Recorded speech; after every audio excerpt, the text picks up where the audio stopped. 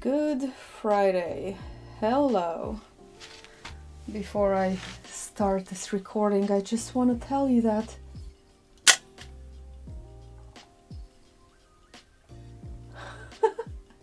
isn't it so cute?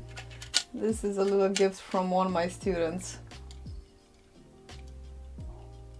It's weird that the camera is inverted, so very cute. I press his button whenever I feel like a pick-me-up. And how is everybody doing today? Today I'm going to paint this boat on the water. And I just want to get my stream up. Alright, so this is another painting that I am going to teach at the studio, so this is kind of like a preliminary preparation for that. Okay, so I have my paints here. I have some colors. I did not put them in yet. Again, I'm using the Golden Open Acrylics. One of these, the cadmium, no, the Alizarin Crimson cap broke and now it's leaking all over. Anyway, so let's see what colors I'm going to use. If you look at the thumbnail, you're going to see the painting that I'm going to do. So I have my phthalo blue here. I'm going to put a bit here, not a lot, because phthalo blue is very, very strong. And the whole painting is kind of like a grayish, very monochromatic, so I'm only going to use a very tiny little bit of that blue. So then I have my golden, whoop, what just happened here? Come on, camera, what's the matter? I think it's because it's too far away, it can't really. Alright, here we go. Have my Golden Open, the carbon black here, and let me get some of that out. Have a big jug of it, so that'll last me for a while. Okay, a nice decent amount here.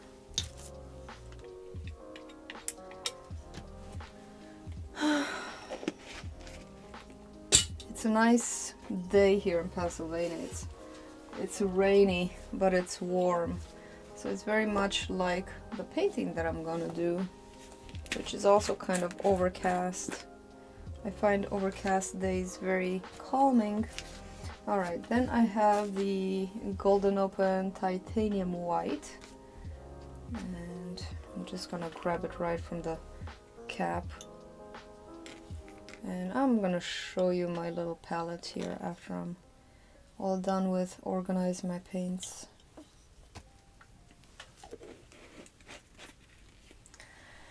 Okay, what else am I gonna need? I think I'm just gonna start with those three colors, and then I'm gonna do the orange afterwards.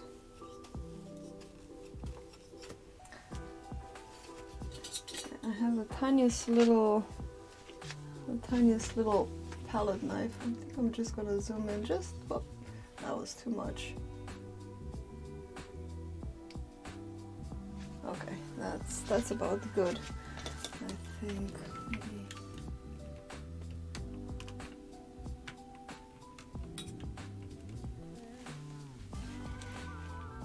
There we go.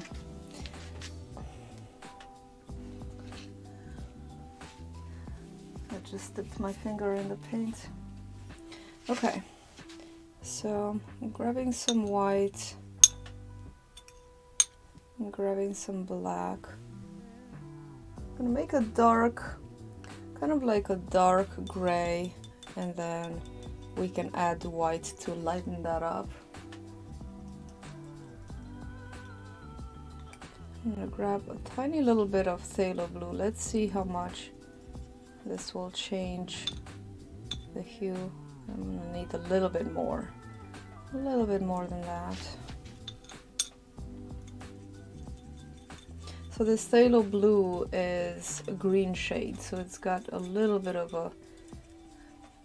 on the greenish side of blue. Ultramarine blue is more of a purple. This is more of a green. I've been using the ultramarine for the other one.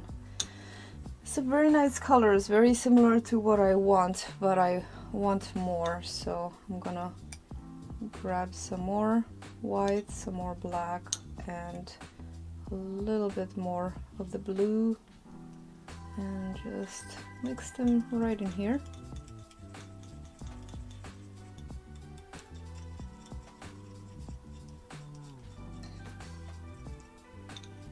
Okay, bit more blue. Do want it a bit more blue.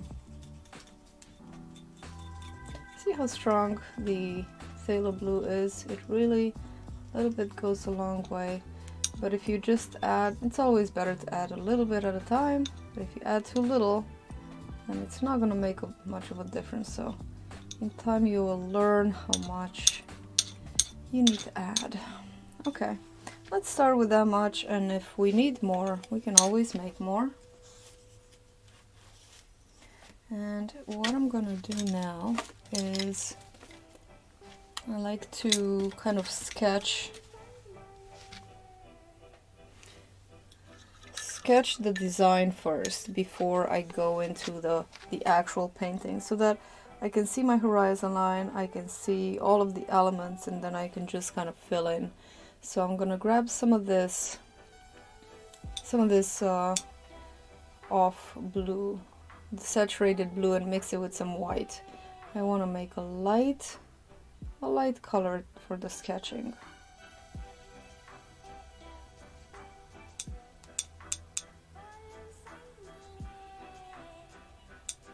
A bit more white. I like to sketch with a light color because then you can easily cover it with a light color. If you sketch on black, hey Peg, hi, how are you today? If you sketch with too dark of a color, then it's gonna be difficult to cover it with white or with a light color. How are you today, Peg? How is it going? Okay. I'm grabbing some water and diluting it just a little bit so that the paint flows nicely.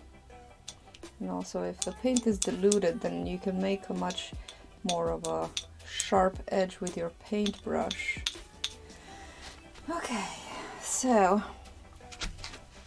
the horizon is just under, well, the horizon is just above the halfway point. And it's got all these hills and nice hills. The really light hand, just sketching the horizon. It doesn't have to be exactly like. It's a bit cold. Wow, 6 inches of snow and 3 degrees. That is cold. That is cold. It's warm here in Pennsylvania. Actually, it's really nice. It's 50 something, in the 50s. Where do you live, Peg? For a lot of people. Oh, thumbs up. Thanks, Peg. It's very kind. Okay, and then I'm trying to make this waterline as straight as possible, as horizontal as I can.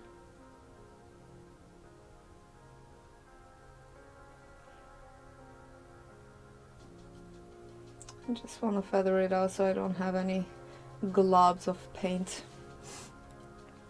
Okay. And then maybe I'll sketch in the boat too, starting about 2/3 in, and it goes right up here. I'm just gonna mark the spots a little bit.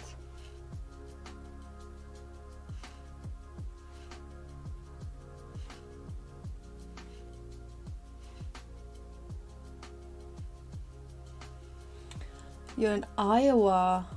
Wow. Spent 2 months in the South.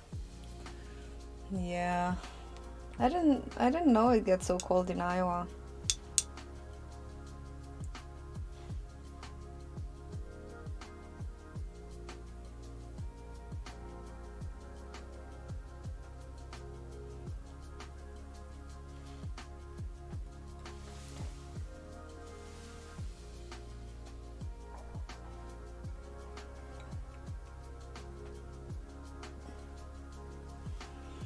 And then, you know, it goes kind of horizontal, but a little bit diagonal like this. Good morning, Clara, and how are you today? I feel like this boat should be a little bit bigger. Yeah, let's make it a little bit bigger.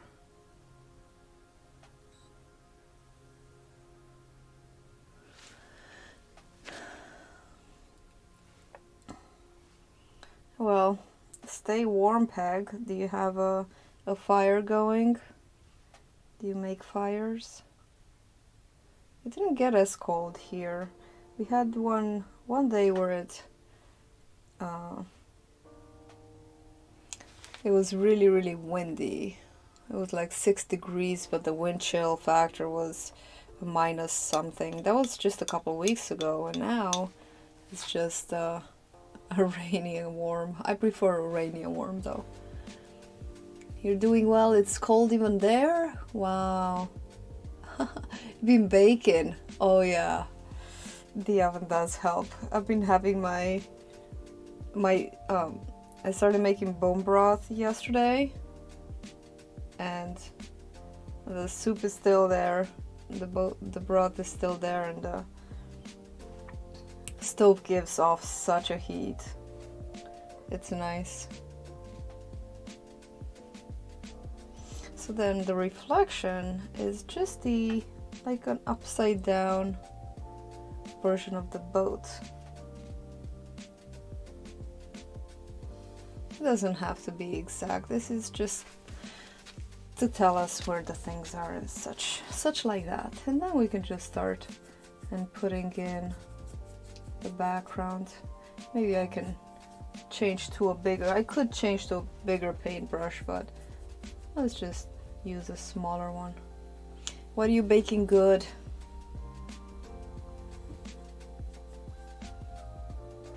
What are you baking? My daughter's about to bake in a few hours. Her friend's gonna come and we're gonna make chocolate chip muffins, I think. I'm looking forward to that. Let's add a little bit of white here on the top. This top is a little bit warmer, I mean lighter. So I'm just blocking in the light portions now. Sometimes I start with the dark, sometimes I start with the light. It doesn't really matter to me because it's all the same, you know. Doesn't matter which foot you start walking with, I think. As long as you get walking and you put one foot after the other, pretty much that's painting.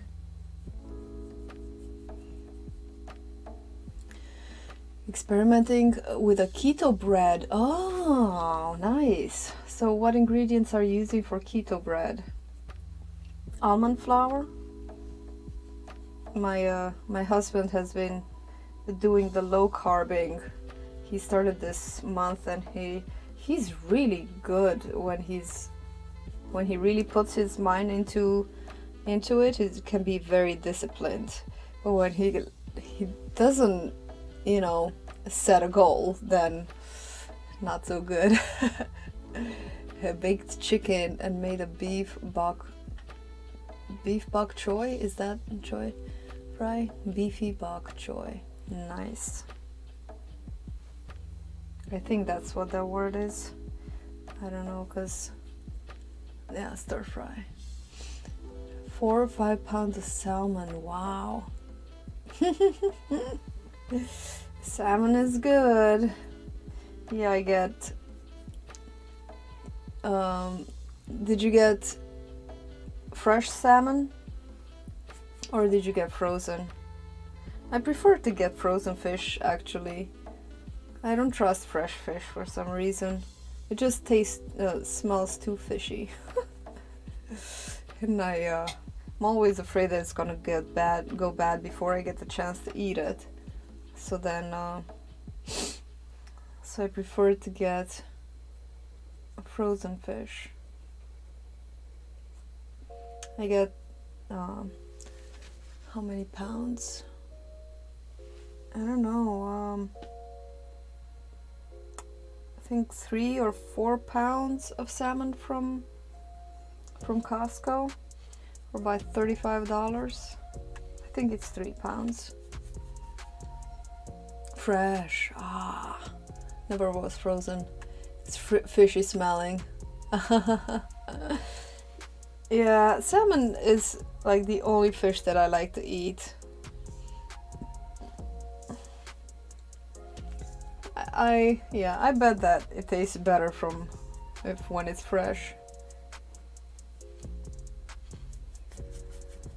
But I don't mind it frozen either.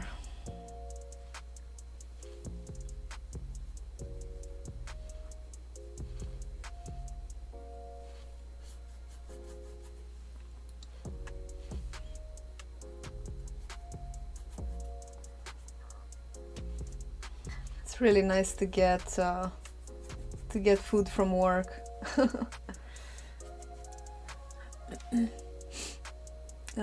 A mix of flours and egg white protein. Lupin? Wow, lupin. I've never used that. Almond and coconut. With the frozen but free fish. Yeah, right. My husband gets turkey from work for Thanksgiving and for the Christmas sometimes. And actually I just took a carcass from a turkey carcass that I just put in the freezer last Thanksgiving, because I used all of the what's it called, turkey, and I just froze the carcass, and yesterday I took it out and put it in the soup. I made some soup, and part of the broth is still cooking.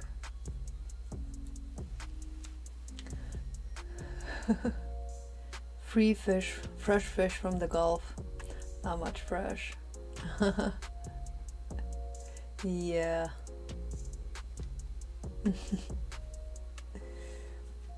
Yeah, I hate throwing away food. I know what you mean. I like having food. I'm like a squirrel, you know? I like to have a big pantry full of food. And we got this stand-up freezer, and I always like to have it all stocked. But I don't like the pressure of having to eat food because it's gonna go bad. I really don't like that, because then it kind of takes the fun out of eating, if you're eating because you have to.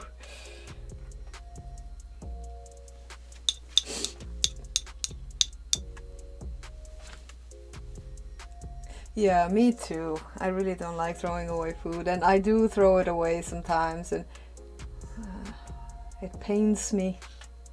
But you know what? I'd rather throw away leftovers, you know, rather than get sick. Sometimes I'm like, oh well, you have to weigh. Another thing with cooking, you know, I like to make big batches, but on the other hand, making big batches is not very wise, because if you don't like eating leftovers the whole week.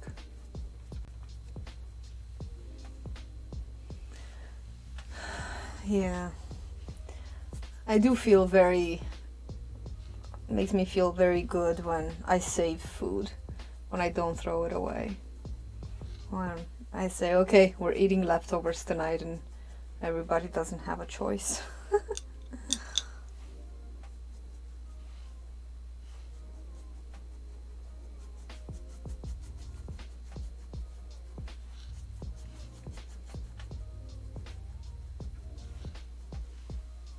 So I'm kind of dipping in this less lighter gray.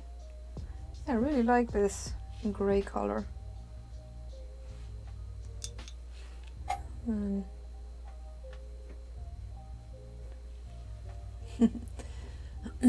cook and freeze serving portions for when my husband is ready to eat. Yeah, that's very smart too. But you know, when I buy the food and I freeze it and then I take the meat out, you know, and cook it, and then I can't refreeze, you know, cooked food that has already been frozen. I don't think that's very good. So I'd rather cook smaller portions almost every day and have fresh. It's a lot of work, but it's worth it.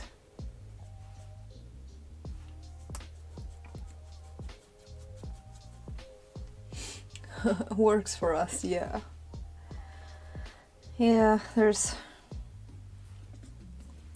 sometimes it takes a while to figure out what works for you and what doesn't.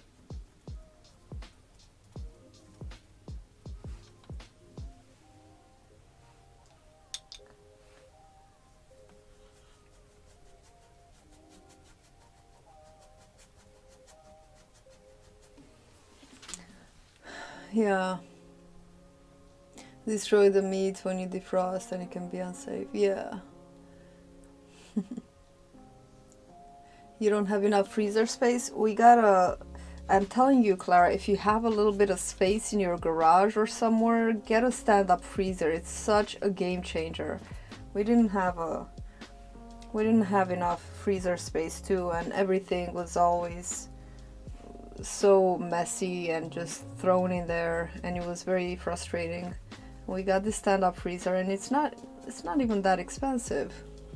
You have one bedroom apartment. Oh. Yeah, I understand. It's funny because seeing it from your perspective, then yeah, I guess it is a luxury. And when we have this, we're just complaining that, I mean, sometimes I think, oh, if only we had a basement, you know, like everybody has a basement. And we don't have a basement. But I guess we can always have less, you know? Always kind of be happy with what you got.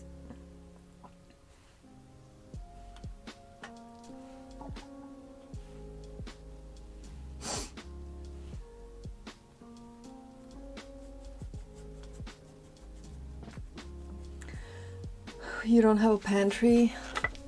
Oh, I'm not very proud of our pantry. Actually, we did. Do you rent, Clara? You rent, or do you own? You probably rent if you have a one-bedroom apartment. Sometimes I feel like renting. There's something to say about renting too, you know? Like you don't have all the responsibilities of owning a house, which can be very crippling sometimes. Oh.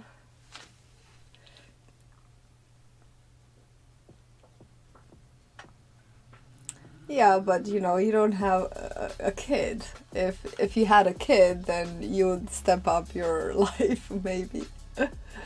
You could have my basement, it's too cold. Renting is less stress. Right. Yeah, I agree. Sometimes owning is such a hassle. So much work.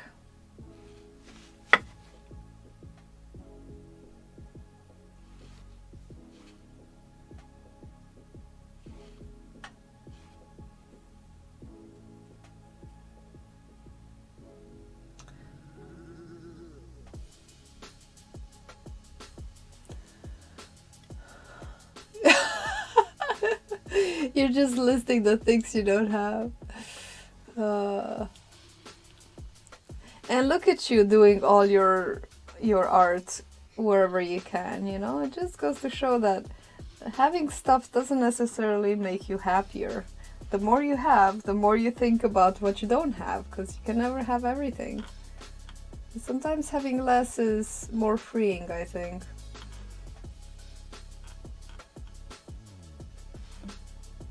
Because the more space you have, I'm telling you, the more shit you have too.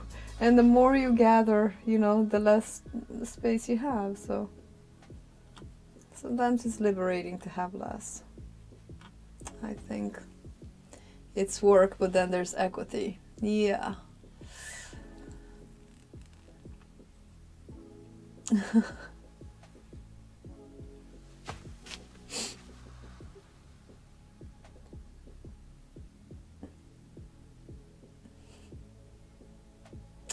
Aw, that's very sweet of you, Clara.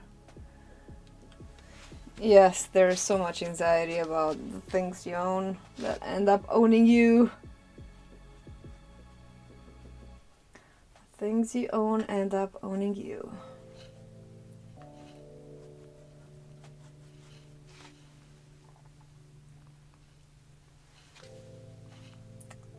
I think I need to add some darker. Add some dark.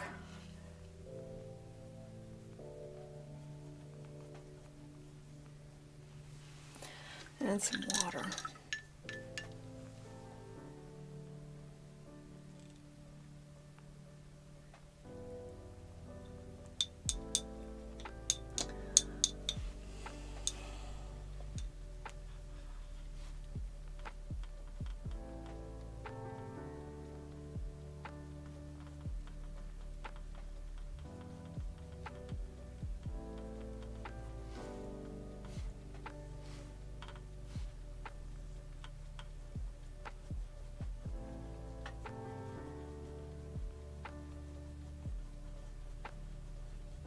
I really love blending. Blending makes me so happy. These nice smooth gradients.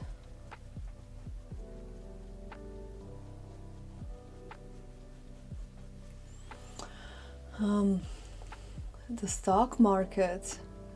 Ah, right. Yeah, tiny homes.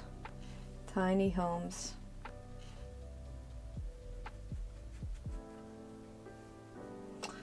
You know, I don't necessarily want my house to be bigger as such. I just want to have my own space to do art, you know, like my own art studio. That's like the only thing I want. Because we were thinking of making our kitchen bigger, but we like extending, adding on. And we were really seriously thinking about that, but it cost so much money to do that. And you know, priorities, like I said, I'd rather have an art studio than have a bigger kitchen, because you know, it doesn't matter how big your kitchen is. It matters the love that you put in the food.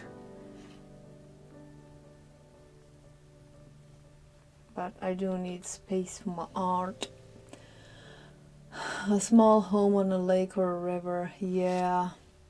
Or in the mountains, or even by the beach, but it's a little precarious by the beach because it can be very dangerous. But I would love like a secluded home. That would be awesome.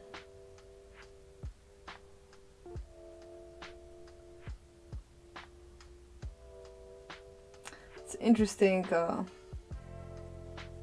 If I lived by myself, I would probably have way less than we have. Mountains would be amazing, yeah.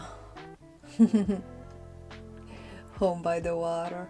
Yeah, I do love both. You know, I love the mountain. It can be so breathtakingly beautiful. And I love the beach too. I love the sea. I love the sound of the water, the ocean. Whenever we go and visit the ocean, it's always so, it's got a feeling, you know, a feeling that you can't really describe in words. It's ineffable.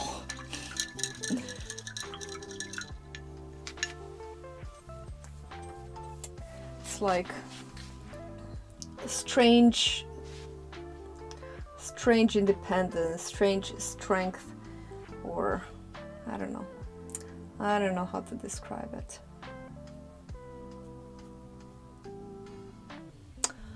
Mountain recluse. I would be a recluse too.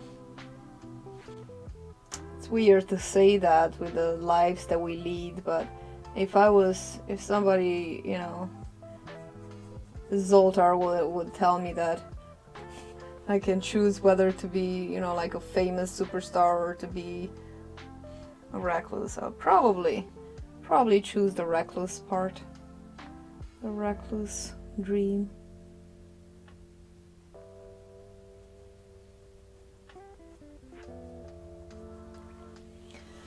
Mountain lake. Zoltar told me to share. I share too much information with people.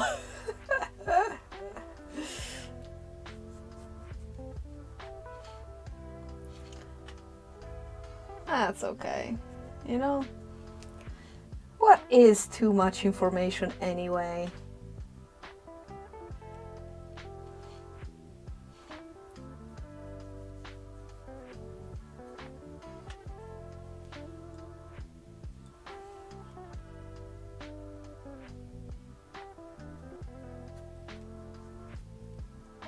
Besides, there's gotta be someone who talks, right?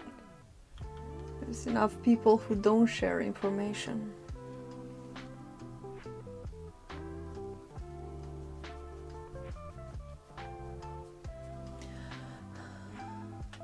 Do I have any fun weekend plans? I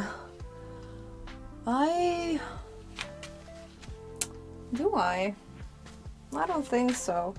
If the weather holds up, I need to start cleaning the outside. I've got raking to do. All the leaves from last year, they're still on the lawn, you know. Last weekend we cut up wood and we moved our wood pile. We also ordered a big, how many tons? Like 20 tons of gravel that we need to lay over our driveway because it gets all flooded every time it rains. So yeah, it's outdoor work. I wouldn't call it fun, but it's gotta get done. How about you? Do you have any plans for the weekend? I'm seeing some canvas through. I don't like that. Gotta fix that.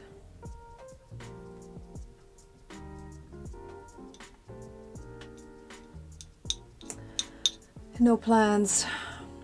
Yeah, I really don't like plans on the weekend. I like no plans. I like to just be able to chill. I don't like to be tied to plans.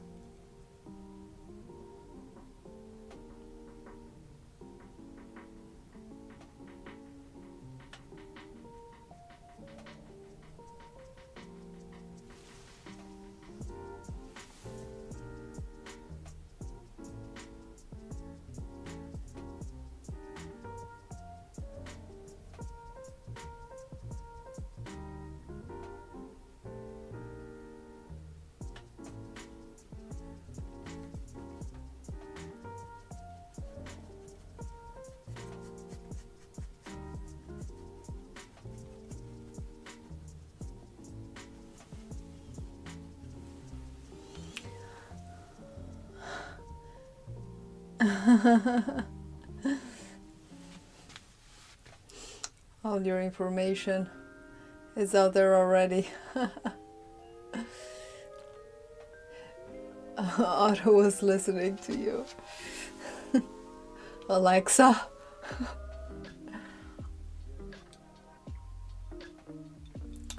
That's what I think. I think the things you own end up owning you. Like Tyler Durden said, the less you have, the happier you are. The more you have to protect, which can be debilitating.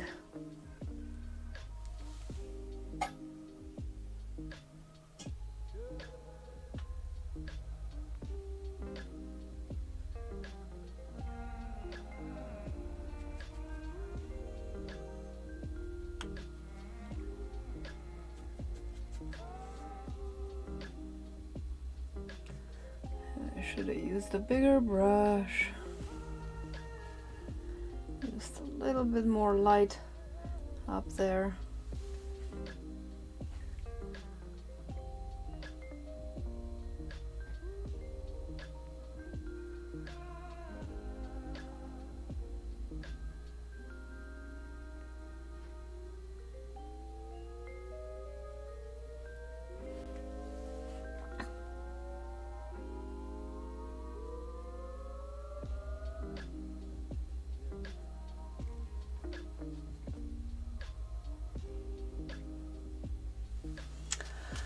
Oh, thank you, Clara. I think I'm finally... it's almost all covered. The more I look, the more I see canvas through, which...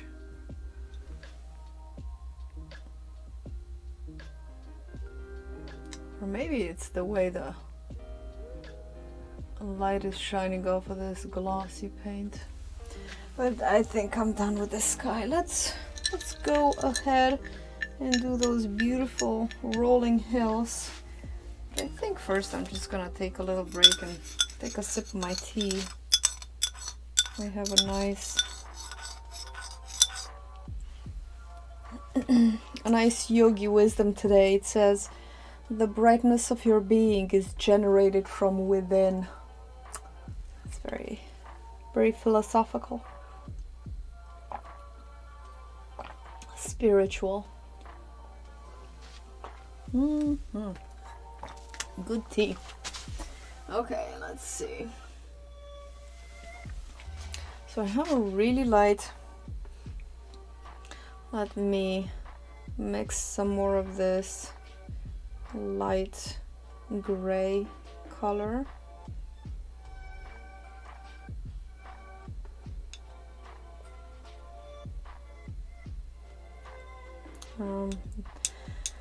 There are layers upon layers of this, of these hills. Let's see. Oh, I need to be a little bit lighter. Maybe I'll just mix it right here on the white.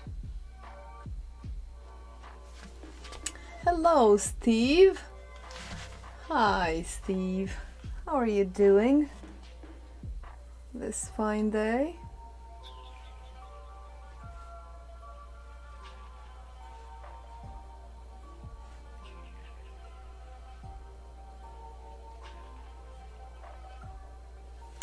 I think it needs to be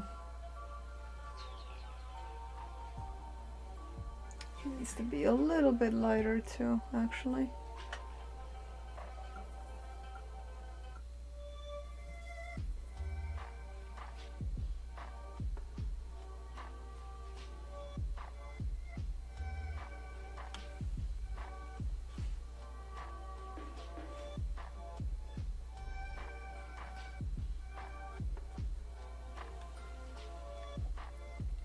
Steve, your work is very beautiful. I'm a big fan of your work, so you know. I really love it.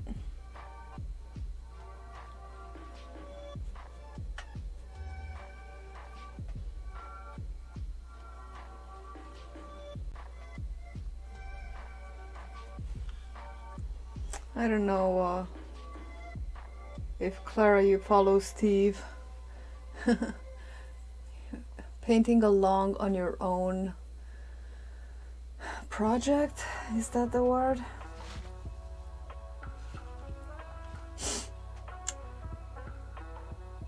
painting.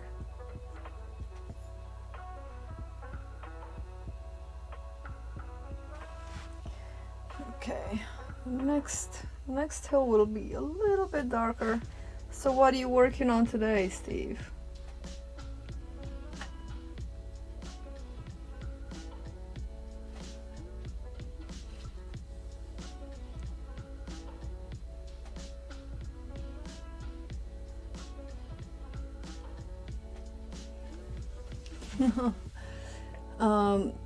It's the tenebrous quill. I think the tenebrous quill. Why don't you write your handle, your Instagram handle, Steve, in the chat so Clara can check your stuff out.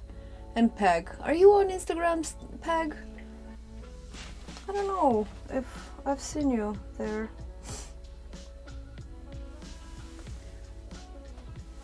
But I really love it. It's very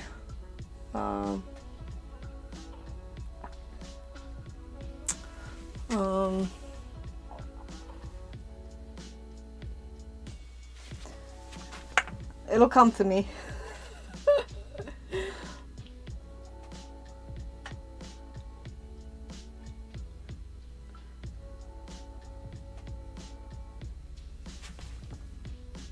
HP Lovecraftian. Very Lovecraftian artwork.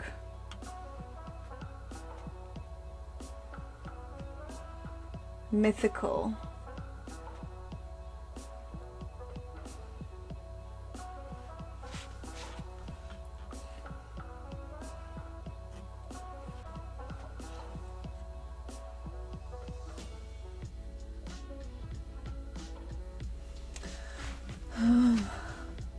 Oh, a pet portrait. Cool.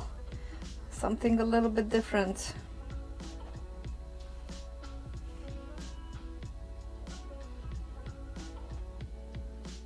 It's nice to get commissions or requests for painting.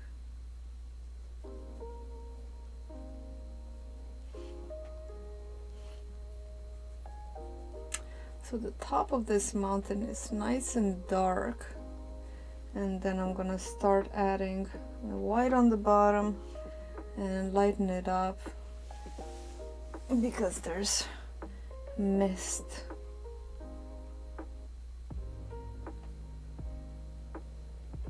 I think there's actually even another section of mountain in front of it. Lighten it up a little bit more.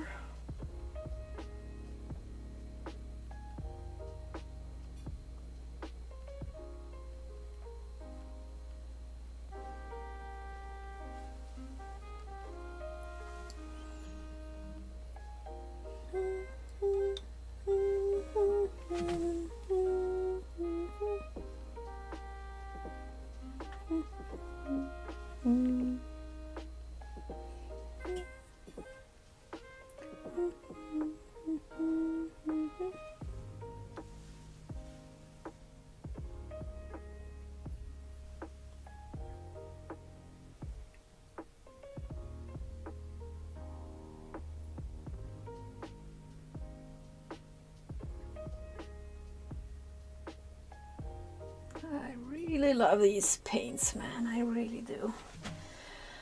Okay, let's make another little mountain starting here.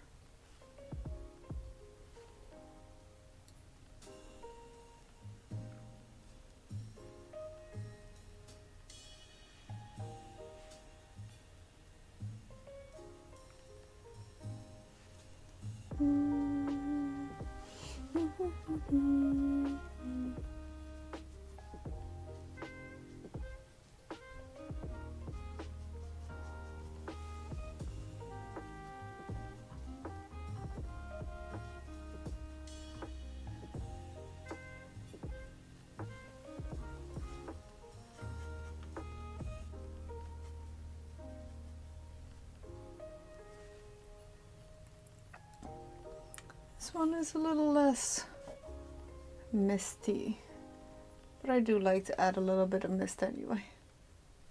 Doesn't matter. Sometimes I kind of add my own spin on a reference photo and don't go exactly from the reference. If I think that I can improve a reference photo with my own spin, I will do it. And if I think it's gonna look either gonna look better or I'm gonna like it better, I'm just gonna do it anyway. Okay, and let's just then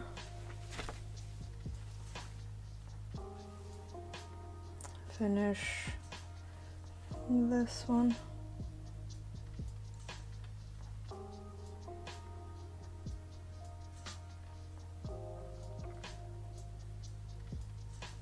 So throughout this, I've only been using this little angle shader number 5, a small brush really.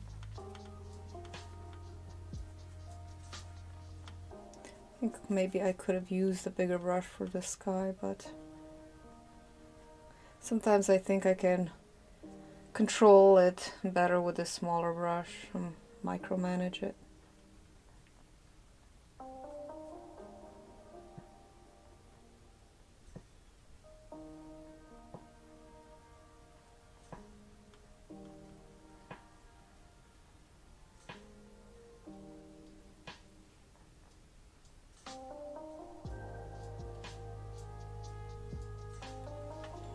And let's finish this hill then.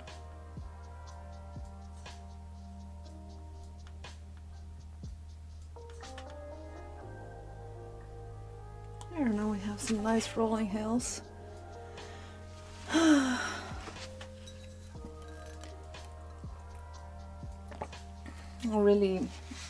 I'm going to try and finish this painting a little faster than the previous one, the one with the icicles, because in my class, in my painting class, I have students of all stages really. I have some students that have been with me from the beginning. They've been taking classes for like 2 years when I started teaching. And actually the lady, Cheryl, I don't know if you guys saw it, but I'm gonna show it to you anyway. I got this little Bob Ross from Cheryl. So cute. She's my student. And she has really been improving a lot. Isn't it cute? Yeah, I really do love straight brushes, like flat brushes and angled. But anyway, yeah, she's been with me for a while, and she you know, I try to teach stuff that is not overly complex, but always going back to the basics too, you know, no matter what we're doing, so that my classes are pretty good for beginners. I try to make it not just a beginner class, because I don't like how that sounds, like beginner. It sounds a bit basic. But so in my class I have people that are just starting, and yeah, they take a little bit longer and their painting doesn't look exactly like my painting, but even so, if I'm teaching the fundamentals, they're learning, you know, it's like step by step, and so they're learning right along with everybody else. But in the last class we didn't finish it. We didn't finish the icicles, so because I was helping them and going back and forth, and I told them to finish it at home. But I am going to try to finish this one in the two classes, which is 4 hours.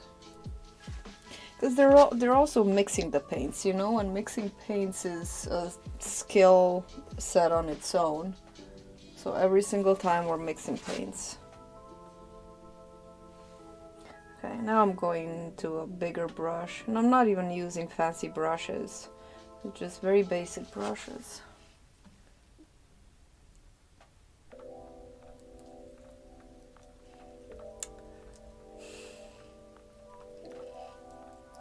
Okay, kind of light,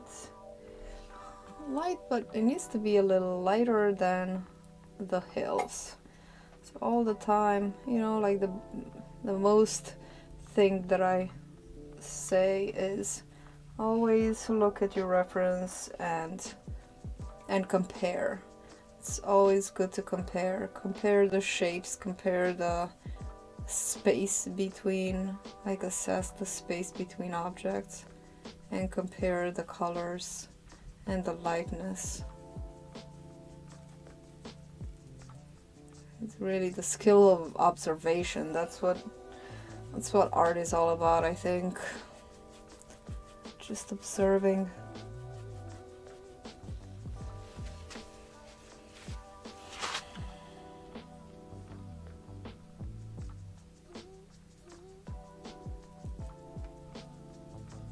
And I've really been trying lately. Well, the most popular course was the monochromatic one, the studying values. Everybody loved that course. They loved it. Like, when are we doing that again? Because that was fun. So I think after I'm done with this water course, I'll do another monochromatic.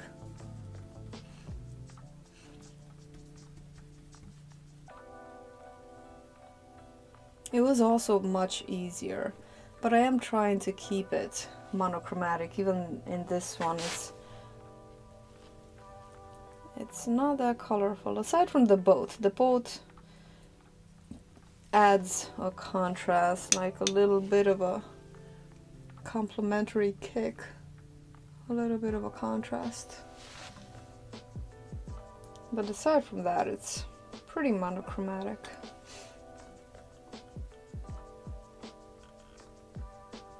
I think they're very soothing to the eyes, monochromatic paintings. Scenes in general, not just paintings. Okay, and then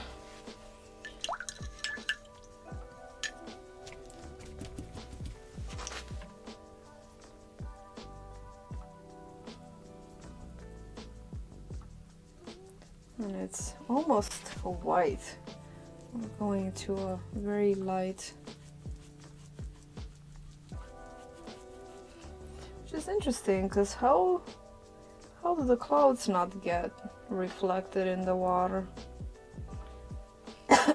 I wonder.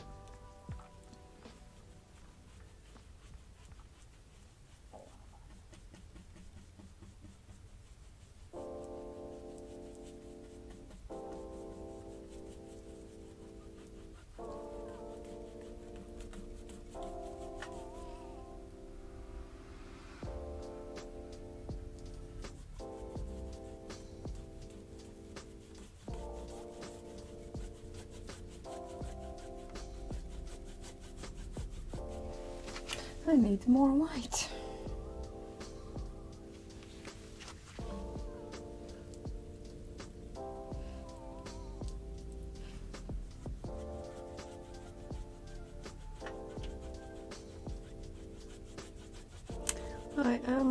My paintbrush is leaving some colors behind, kind of like some textures and patterns from the previous color, some darks, and that is, I like that actually, because it gives it that ripple effect, even without me controlling it. It's doing it on its own.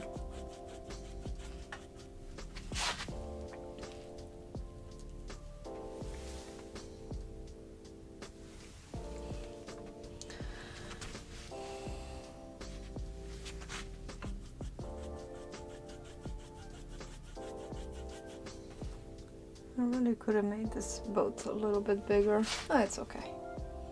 It's okay.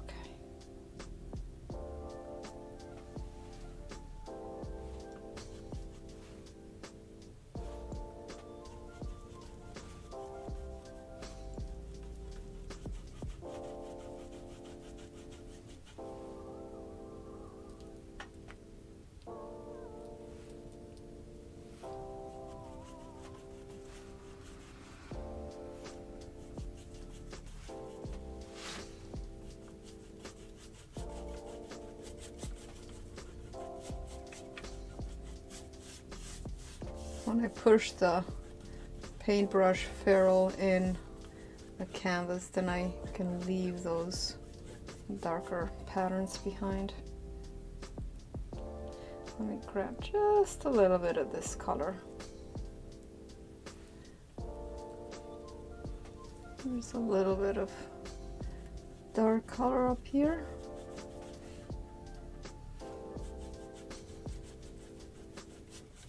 The trick with water is to always go horizontal. If you always go horizontal, then it'll look like water.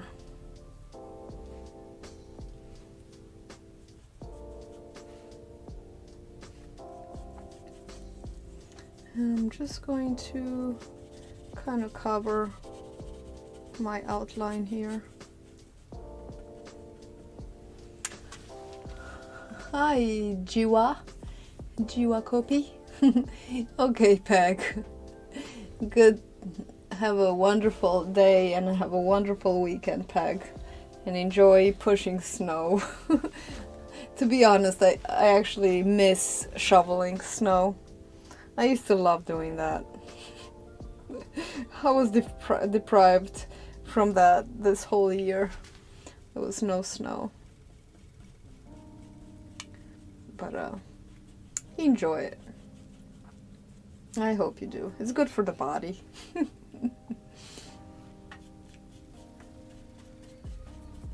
And welcome, Jiwa. Thank you. I'm glad you like it.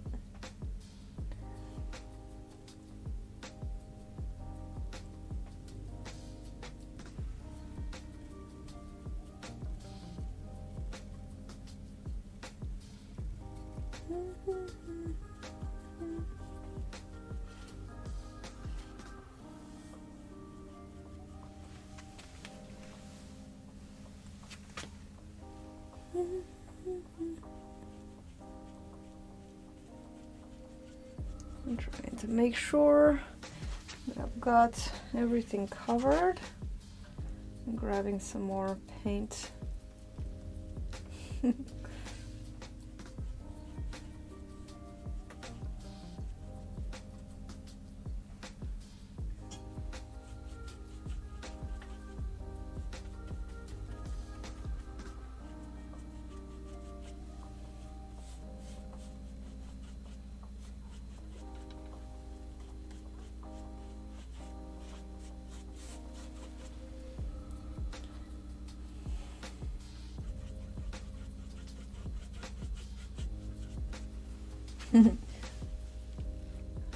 Ah, forget about sleeping, painting.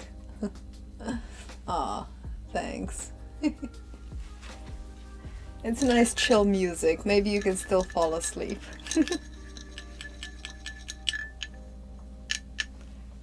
It's nice to chill and paint. Alrighty then. It's time for the boat. The moment that I've been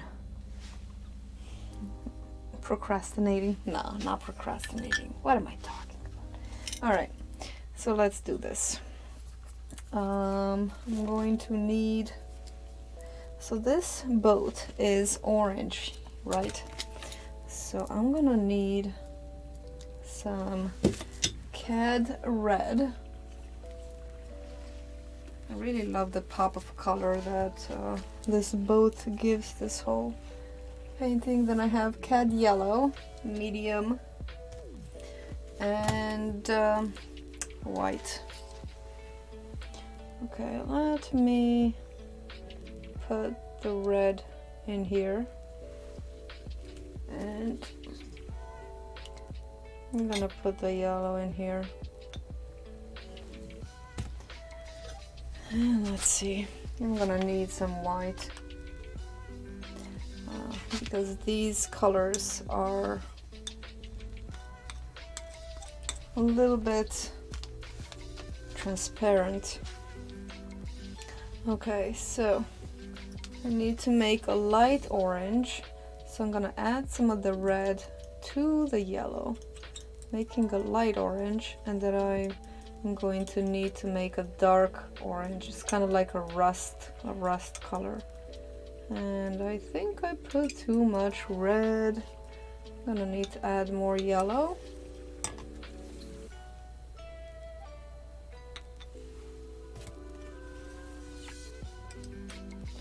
So it's 12:17. I did this in an hour. That's good. Okay, this is a nice and very bright orange. I'm gonna need to add some white to it to tone it down a little bit. Doesn't need to be so vibrant.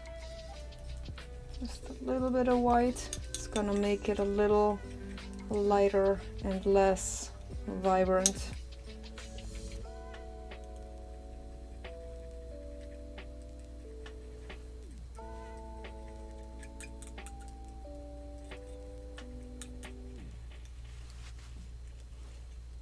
Very nice color. Probably, yeah, it'll work. And then I'm gonna put a little bit of this yellow in the red to make the lower color, which is this rusty. Well, the boat is probably rusty, so that's what it is. So to make the rust is kind of like an off orange, off white. More yellow. And then I add some touch of black to it.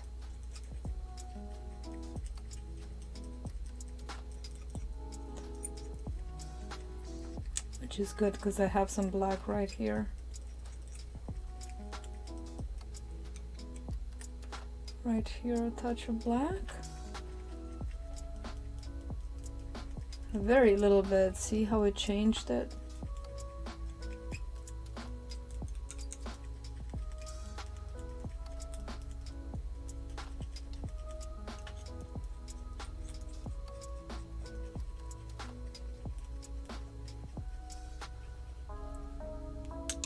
So I'm gonna add just a touch of red to that to bring the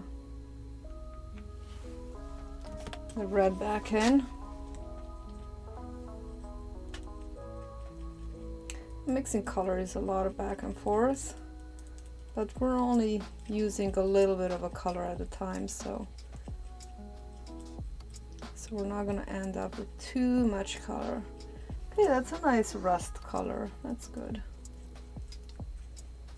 It's kind of like a burned sienna.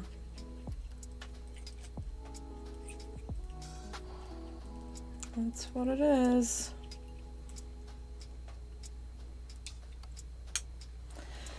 Okay. And, oh, I got paint on me. And we're also going to need some light, very light teal. Let's do that afterwards though.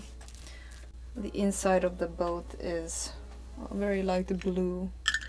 So let me grab a smaller brush, a smaller angle shader.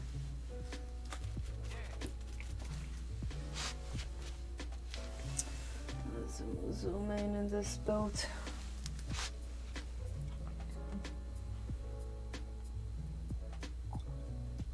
I think I'm gonna need some more white to this. It's very vibrant.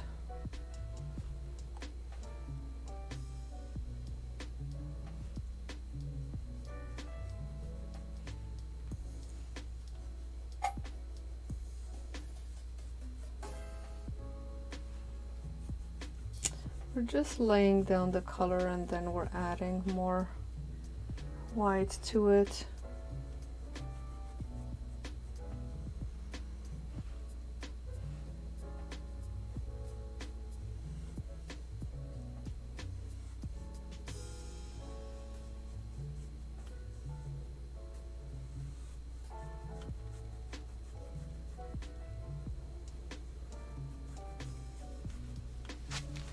And then it's getting a bit darker on this side, so let's add some of this rusty color to darken it.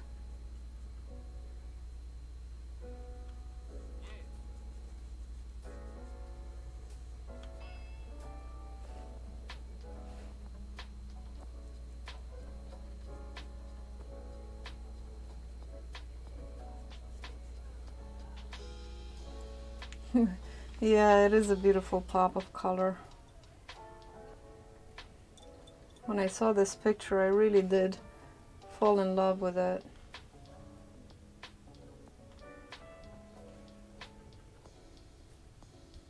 It has personality.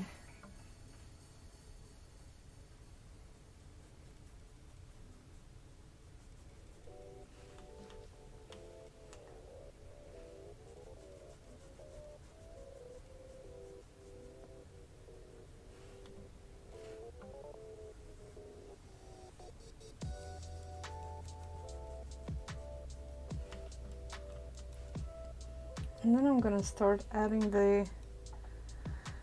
this rusty color on the bottom.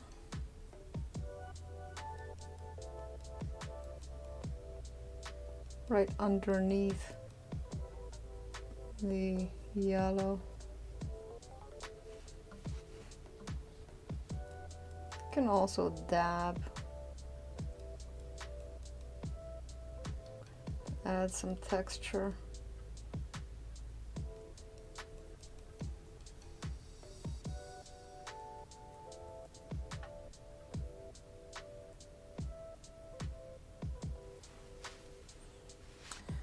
And then let's do the same on the bottom.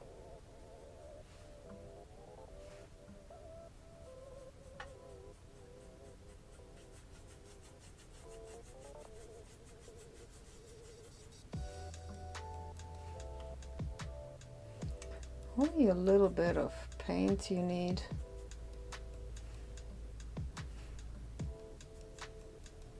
So to start with, I'm just going to block in the colors, and after that I'm going to add the little water patterns afterwards.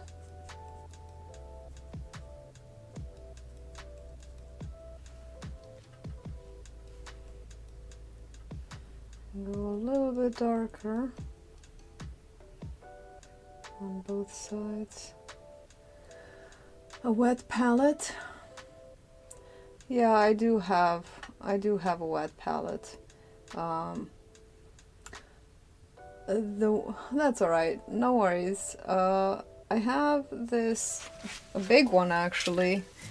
Oof, where is it? I don't know where it is. I was using it for the mural.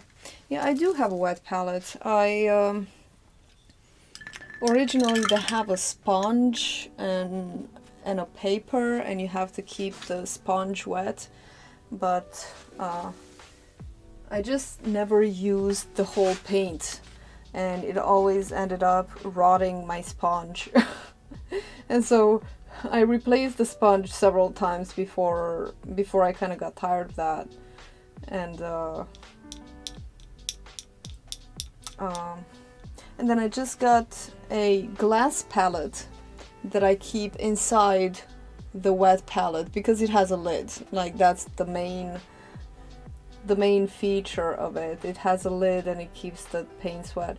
And on the glass palette, inside the box, it stays wet for a while actually, but it's because I use the golden open paints and they stay they stay wet for longer.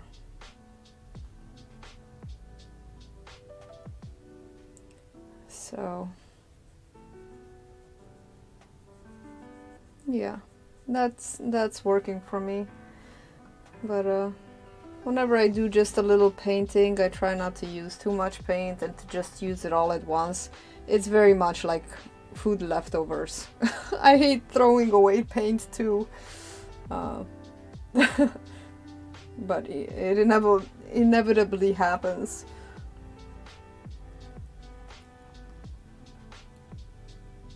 I'm just lightening up a little bit here and there.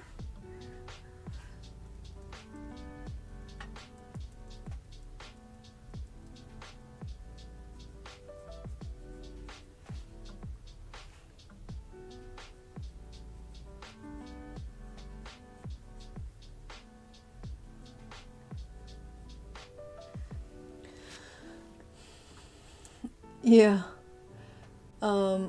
You tried the open acrylics and they didn't dry, but they were also so thin.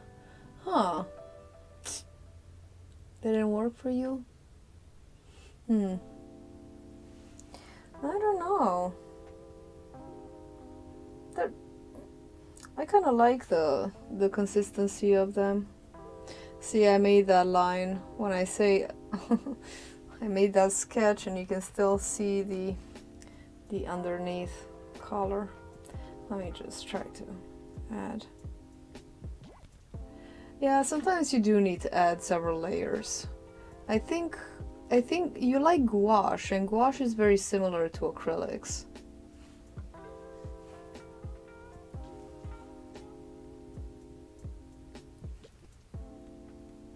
Oh, I don't know what I had on this paintbrush, but that's okay. I did mean to darken that.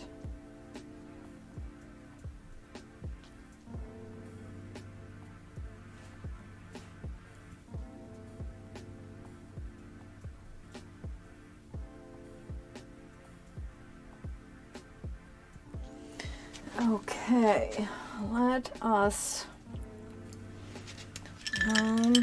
grab a smaller paintbrush. Now I'm using a little tiny liner, using this number 0. It's called the rigger,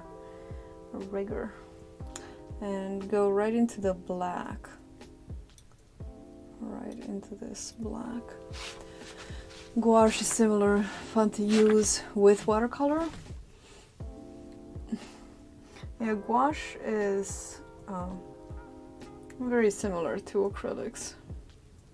Now I need to pivot my finger, so I'm just gonna put my little nail on the canvas to pivot.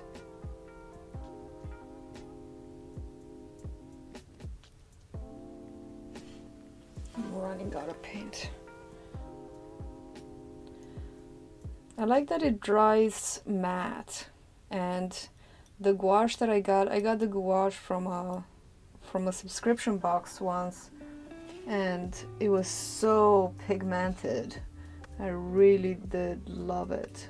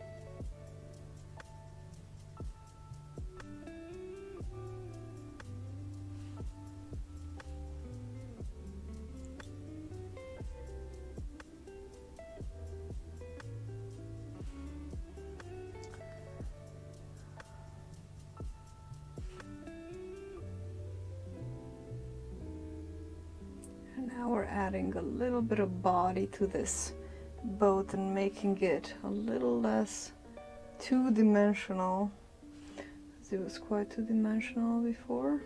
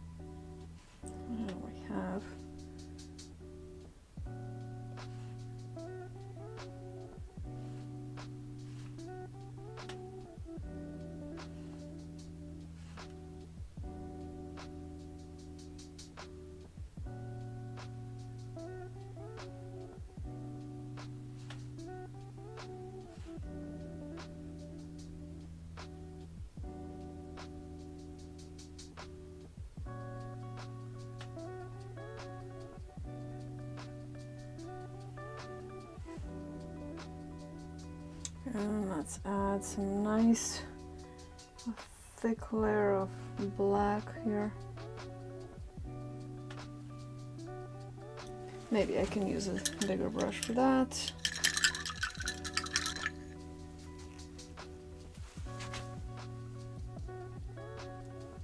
Back to the smaller angled shader. This is, can't even see the number. I don't know. It's a small one.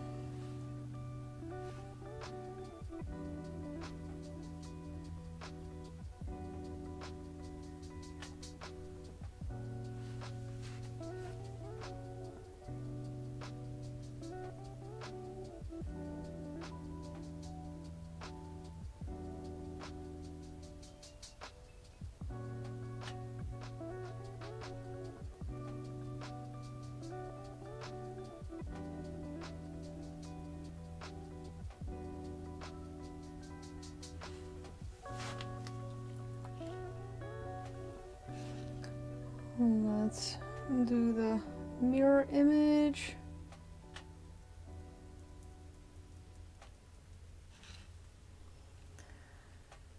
And then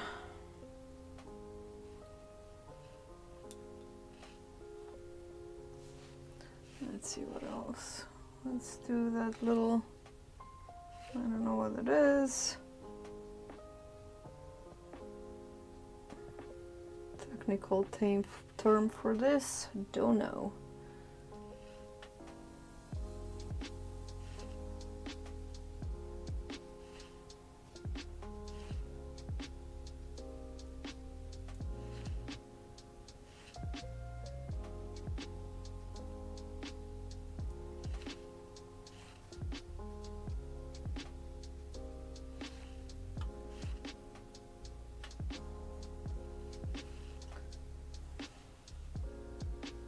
And then let's do that vertical. Hopefully it's vertical.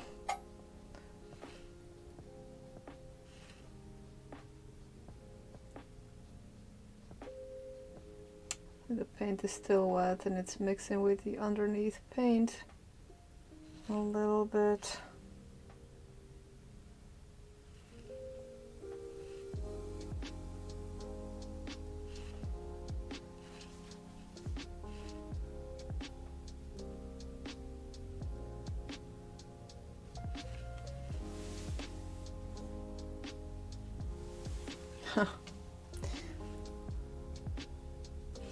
My painting is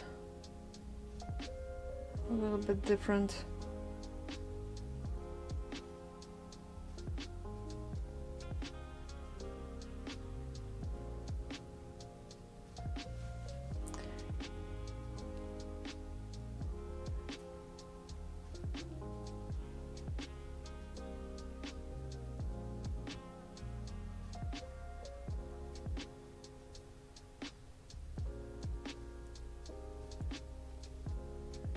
Okay, if it's a little bit wobbly, Okay.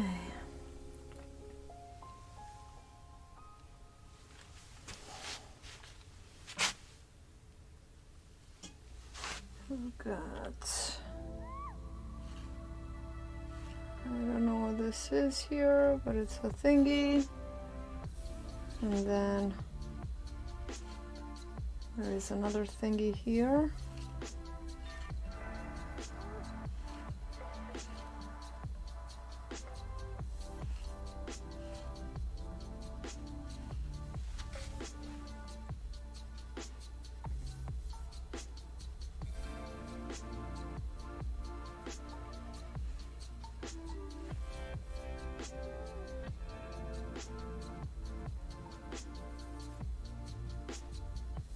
Pull down some of that black for the aging. It's a little premature, but I just can't help myself. Alright, back into not the smallest brush. I want to use kind of like another round brush. Not really the liner. Ah, this one. Okay. The edge of it is kind of like an off-white. Maybe it has a little bit of reflection of the sky. Maybe just a touch of yellow, so kind of like a... You can't really tell what color it is. That's the kind of color it is.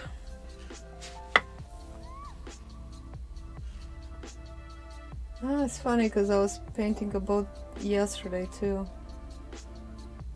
I'm still working on my map, mural. It's actually coming along. It's coming along. I'm very excited. I might, fingers crossed, I might finish it next week. I've been working on the mural, well, on the mural for not so long, but I've been working on the sketch since last year. Like, I think I started it in October. October, November. And it's been a long time coming. It's a boat painting kind of week. That is right.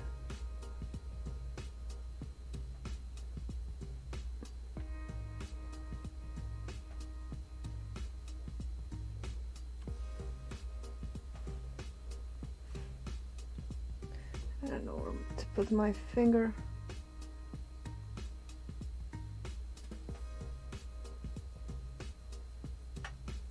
Are you at work now, Clara? You working? I think I just need to lighten it up a little bit. That edge needs to be lighter.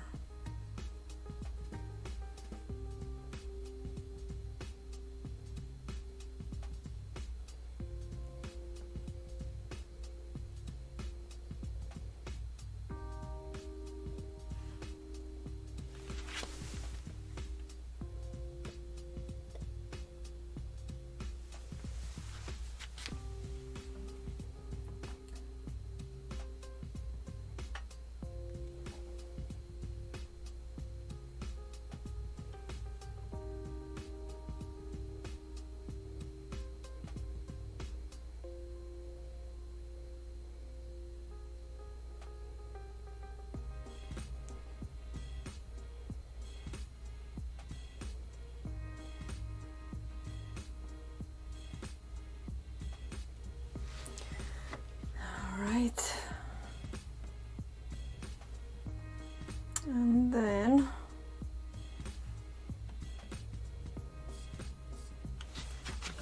I actually need a smaller brush. Really diluted paint. Got my teeny tiny liner.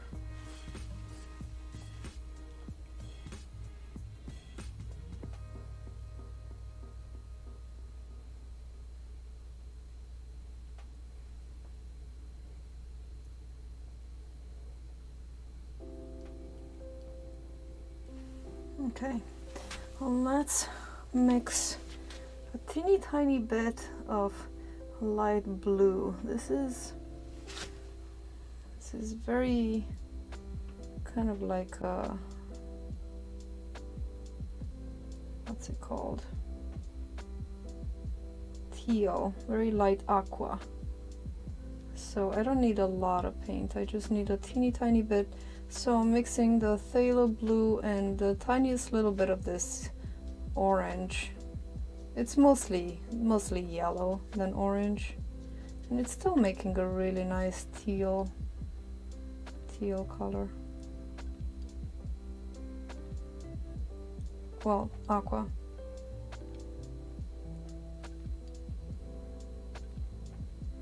I think aqua is just light teal, really.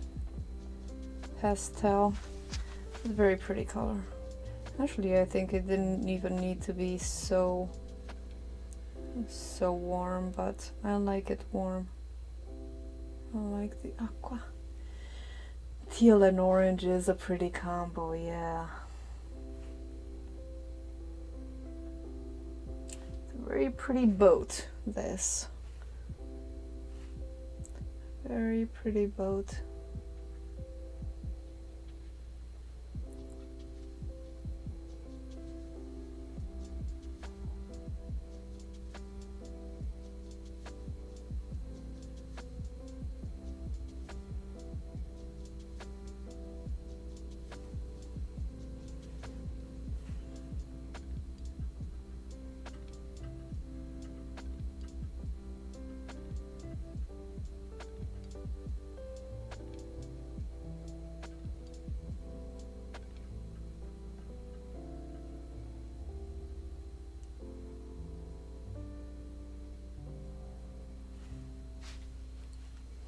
It's starting to get light as we go this way. Oh, thanks so much, Steve. I hope you have a wonderful weekend, full of imagination too, my friend. Thanks for stopping by.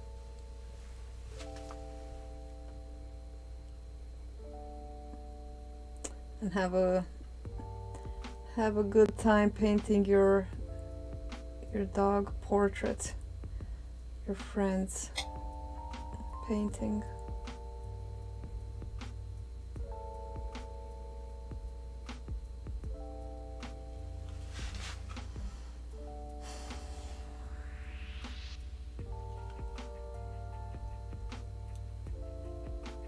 And then the bottom is very light teal.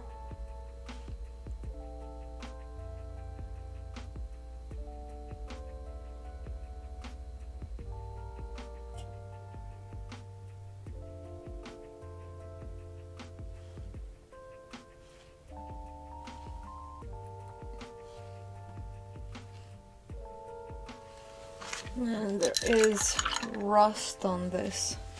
So now we're soon gonna get to the fun part, where to add details and the distress.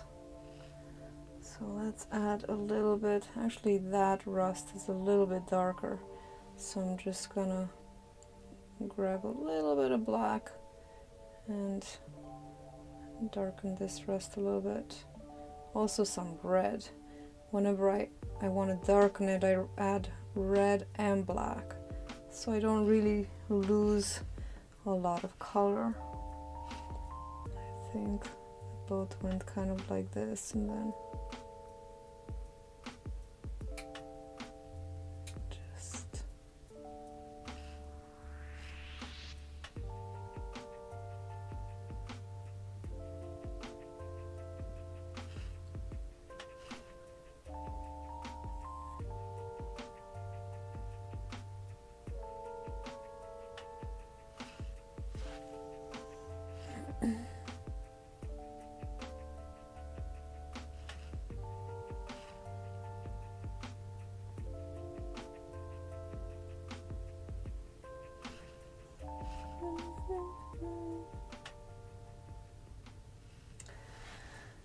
solitude is good.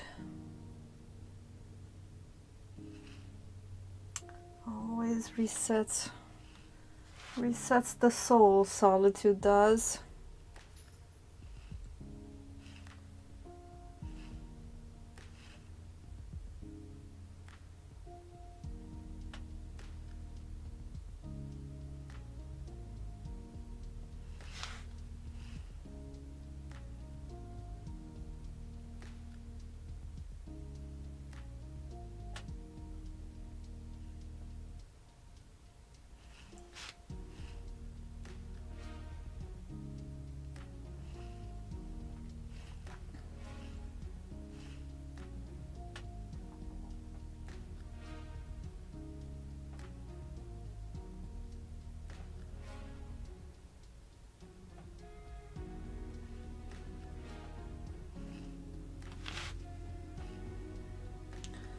Okay, let's grab some of the black and some of the rust.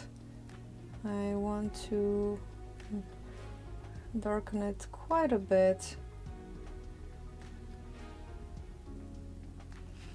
And then let's add these distressing drips.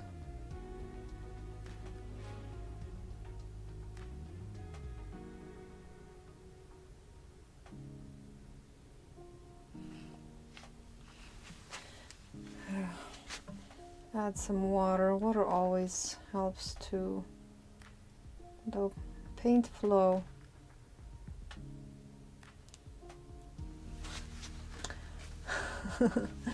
It looks relaxing, yeah. You know why, Clara? Because there's no people here.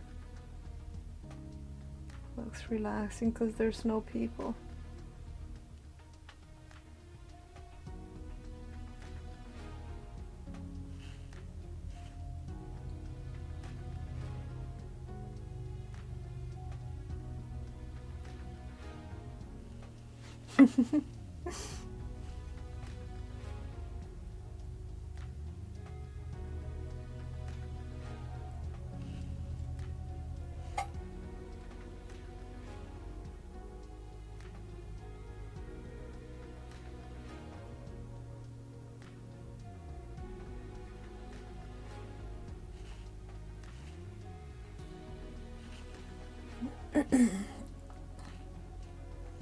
So we have that black there on the bottom.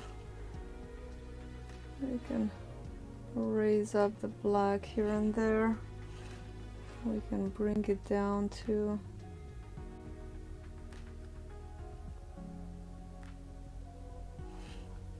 And let's bring some more rust on the bottom.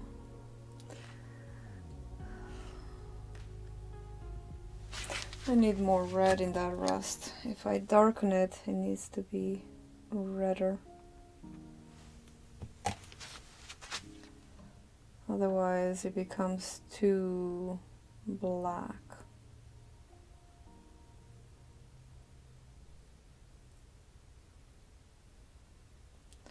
More red.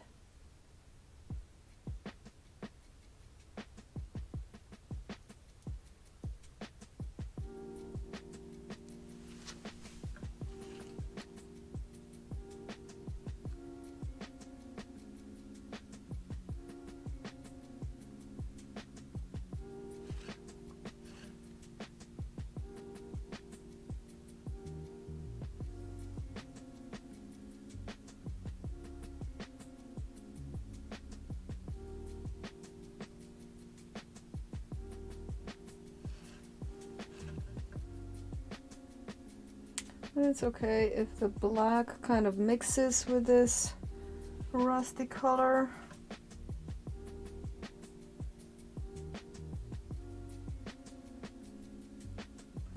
Because that happens. I'm seeing that happen in the painting too. I mean, not in the painting, in the reference photo.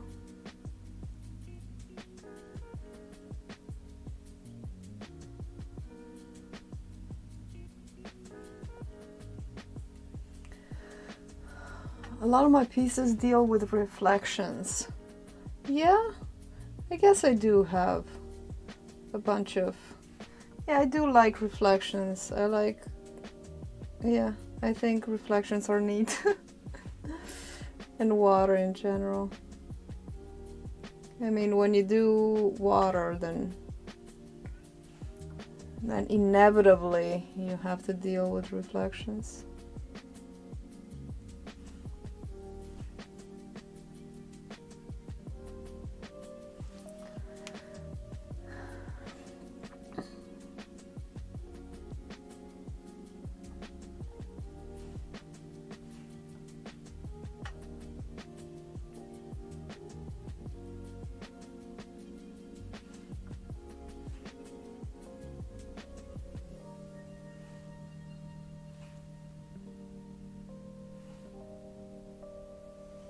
All right.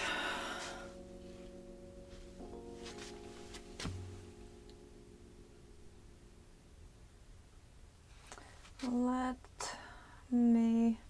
I don't want to spend too much time on the distressing on the boat of the boat, because then I might not get enough time to do the rest of the stuff, which is, you know, the reflections, the main feature. Okay, let me see if I can find a straight brush. All I have is filberts. Oh.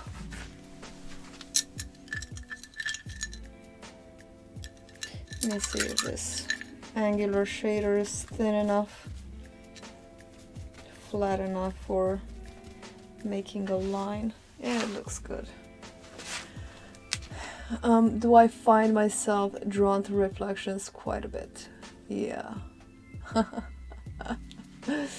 You know, I do like to cogitate, to reflect. I like reflections because, well, I like water because basically water doesn't really have a substance, like it doesn't have its own color, it just reflects everything that's around it, but it changes it. And I do really love the patterns of water. I really think they are so beautiful and so clean, and I don't know, it's water. Water is a very metaphysical thing, you know? We're made of water. Water is us. So I do like to portray water because there's so many ways to do it.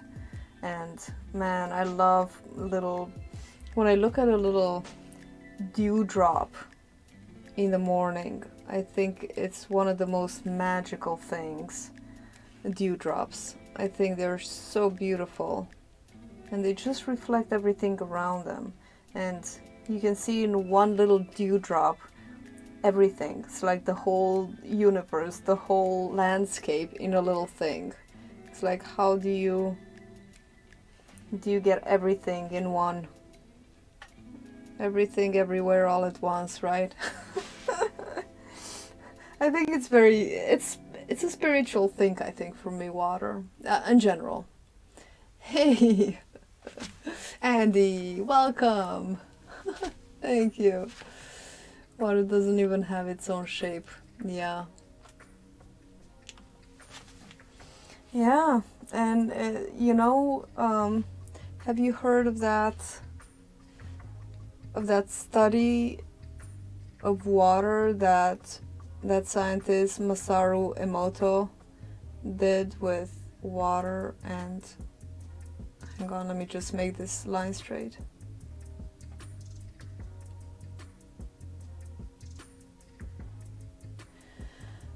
And painting a dewdrop with an entire universe in it. Yeah. So Masaru Emoto made this study of water, and he basically took different cups of water, and he what's it called? He said different things to the water, like I love you, different messages, or I hate you, or it played one of them, it played classical music, and then it played hard rock music, really dissonant, really discordant music. And then he flash froze the water, and then he looked at it through the microscope, and the water that had the positive messages like I love you and all of that stuff, it crystallized in these beautiful patterns, and like sacred geometrical, symmetrical, beautiful floral patterns. And the drops that were exposed to the negative messaging or to Hitler's voice, it crystallized in this chaotic, really ugly sort of no shape, really weird. So have you seen Down the Rabbit Hole, What the Bleep Do We Know, with the lady, the French lady who is deaf and mute? No, she's not mute, she's just deaf. I forget her name. But she played in it. And so it was all about quantum. And considering we're made more than 70% of water, and imagine what the water inside us, how we can program it to different messaging, and how we can change our entire structure by the words that we say to ourselves and to each other. Hi, Jamie. How are you doing? We're talking about water and all sorts of metaphysical topics. But so the way we talk to ourselves, it's so important, because the water inside us remembers everything. And so we are just a memory, basically. We're just an amalgam of memories, and we can choose what we keep with us and what we don't want to keep with us. We don't have to keep the burdens. We can change our structure anytime with a lot of discipline and strength.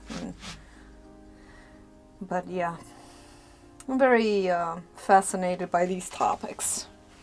Okay, it's time for the water patterns.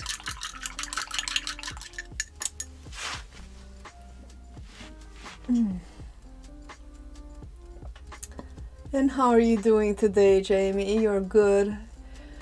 Get to go home early. Oh, nice! A 3-day weekend. That's awesome.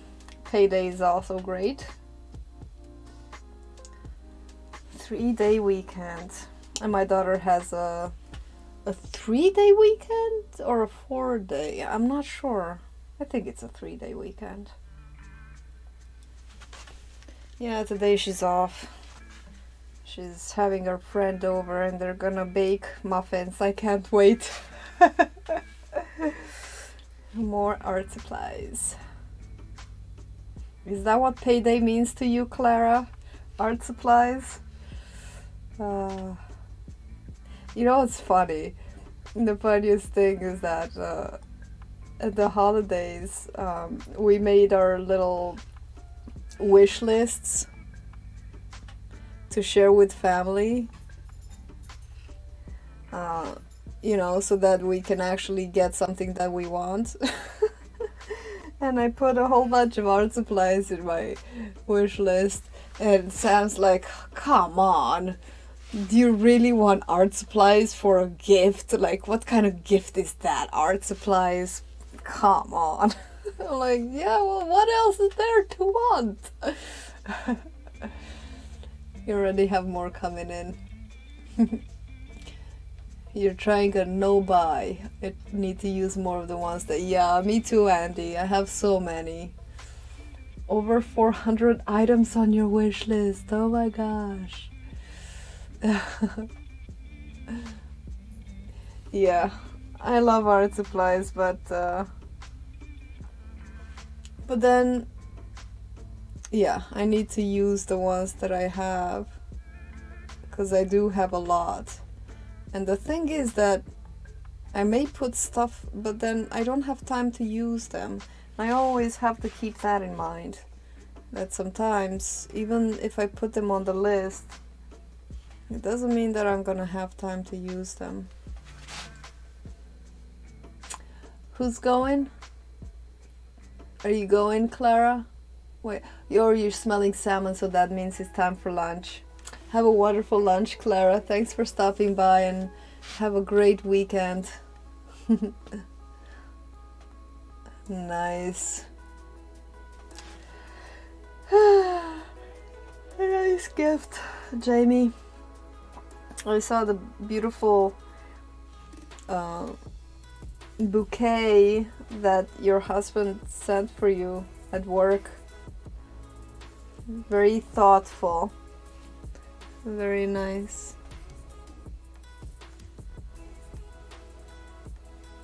Sometimes he has his good days, eh?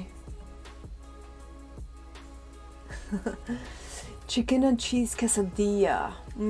Sounds good.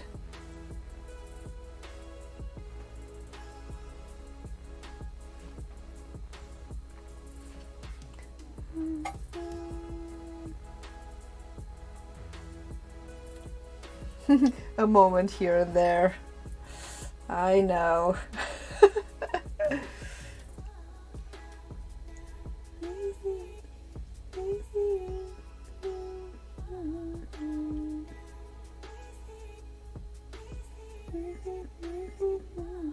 I really love this song so much.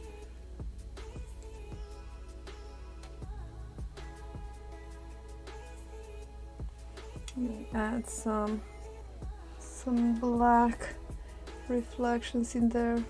So basically for the reflections I'm just making these kind of horizontal strokes, alternating strokes.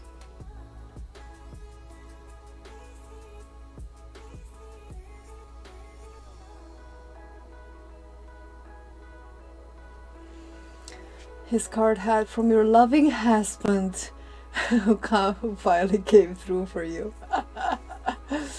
That's funny. That is funny. Let me bring you guys closer so you can see the boat. There we go. Alright, that's better. You can see it a little closer. That is funny, Jamie.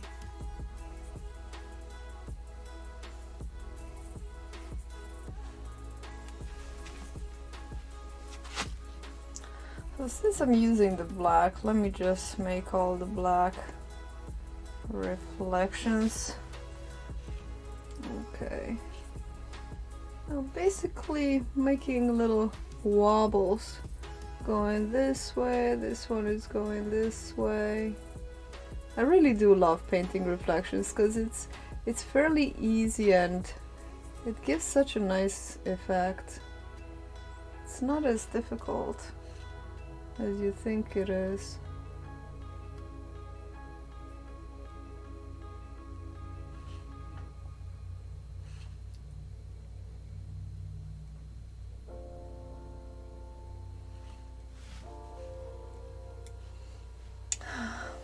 He said he was going to say for my sugar mama.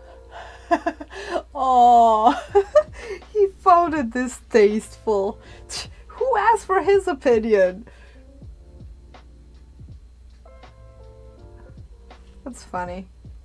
I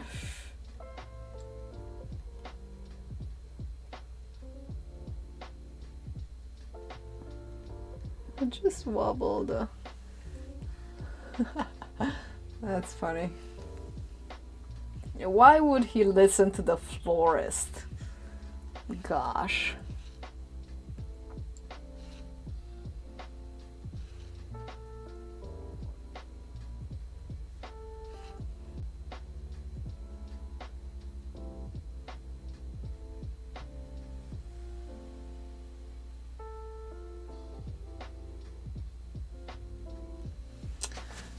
We joke like that all the time. Yeah, you better believe it. He better believe it.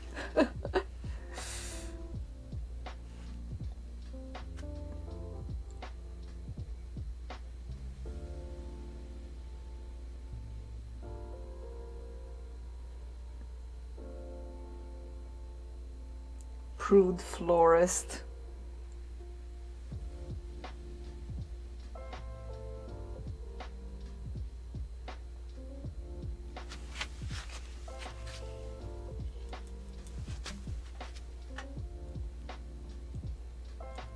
Should have gone to a black florist. He would have probably been okay with it.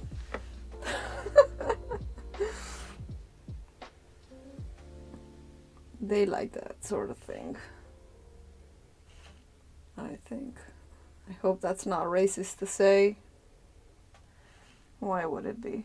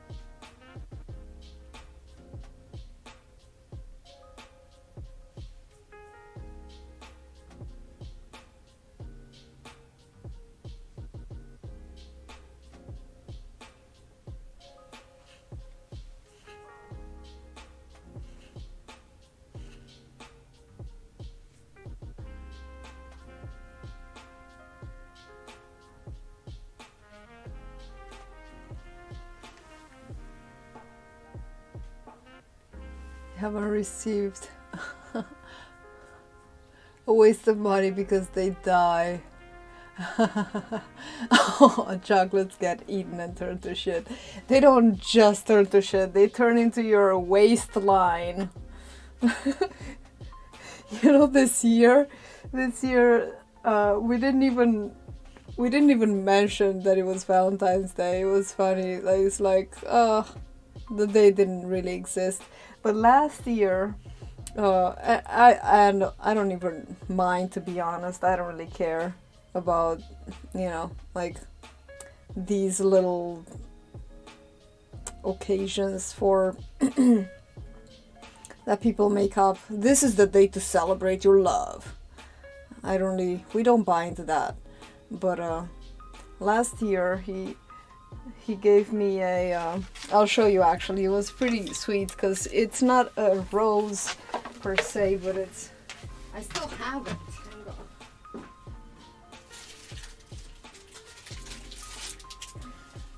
So I guess this is it from, oh,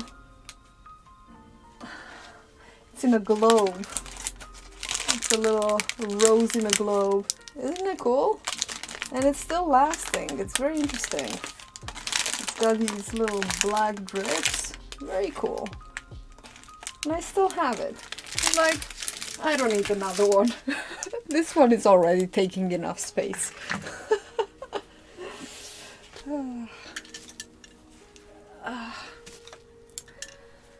Yeah. You know, I do like, for example, if I was to receive a pot of like a pot of living flowers. Oh, what happens? Rose in a globe. Hi, Bill. Buds in a globe. Right? It will not die. How are you doing, Bill? How's life on planet Bill? Oh, I have a dog coming in.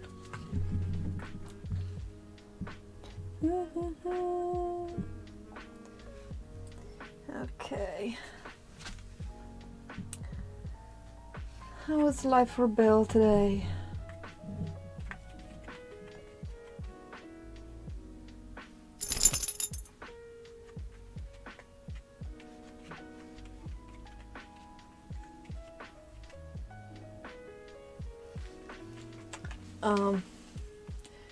crossing another off my bucket list. Oh, Hotel del Coronado. I've never heard of it. What is so special about that? About that hotel, Bill?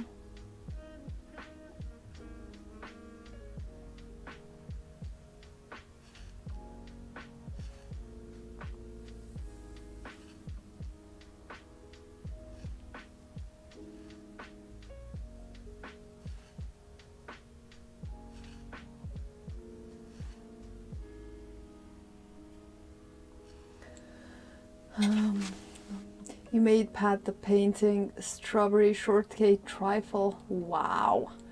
Homemade lasagna for V-Day. V-Day. They filmed some Like It Hot there. Ah. Oh, wow. 1888. Wow. That's cool. That sounds very interesting.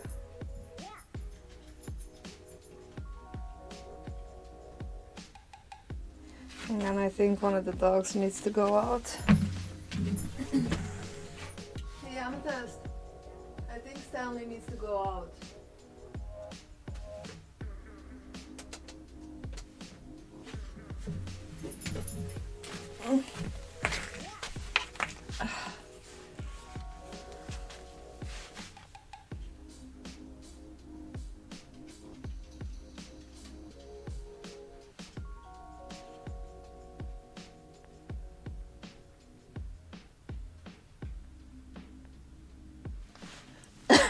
Thank you, Bill. I did very much like the reference photo for this, and I thought it would make a really cool painting. If you have a good reference photo, then can't really go wrong. And let's make the blue reflection in here.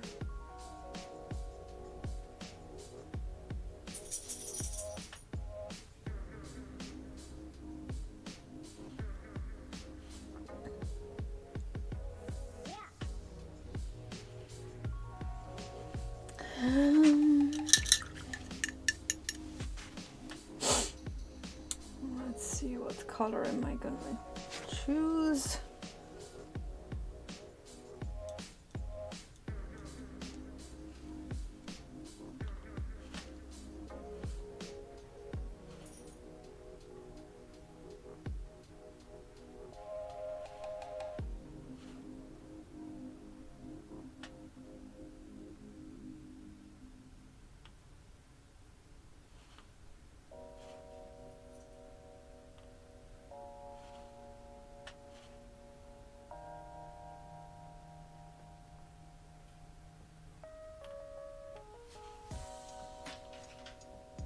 And then let's make this reflection here of this thing.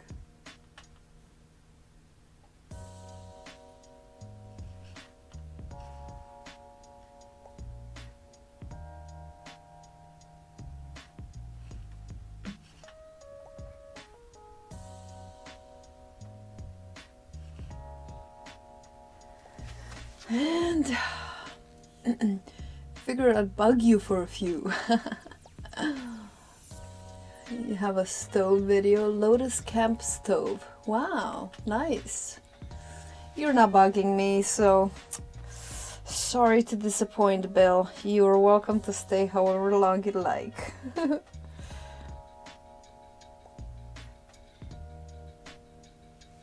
it's always good to do your own thing. Okay, so this goes to like here. We have a string of sorts.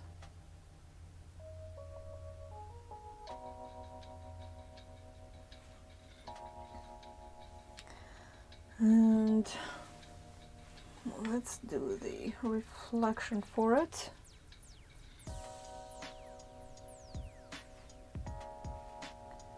I don't know what exactly this is, probably the anchor.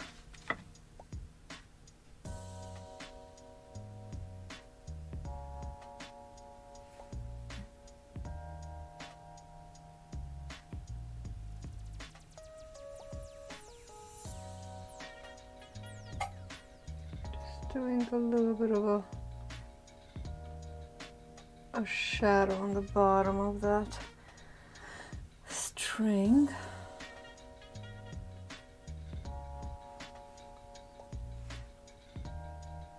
And then, so I have to come up here.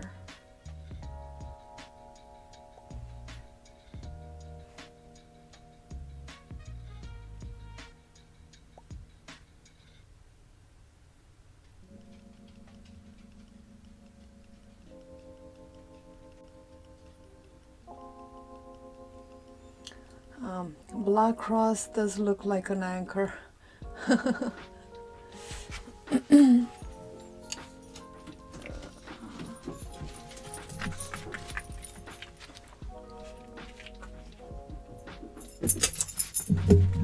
then we have this other one here that goes up to like here.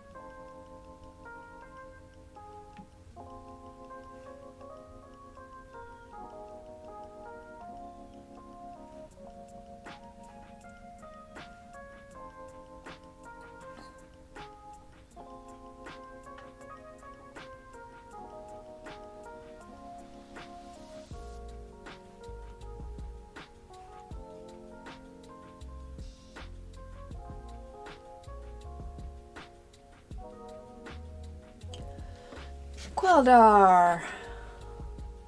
Hello, Queldar! You used to stay nearby on Shelter Island. Fog in the mountains? You nailed it. Thank you. That's alright, Queldar. You're here. That's all that matters. Yeah, it's a bit of a fog. Bit of a fog. Well, good news is that I'm almost done and it only took 2 hours. So that is great news that I managed to finish this and, well, not finished. I could still work on it. But just chances that my students are gonna be able to do it, which is great. Do it in time.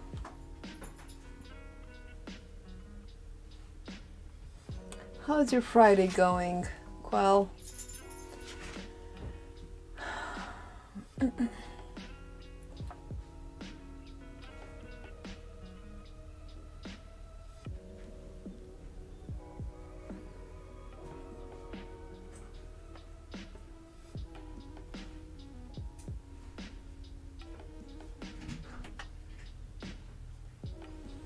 Just a quiet evening. That's nice. I love them quiet evenings. Nothing better than a quiet evening.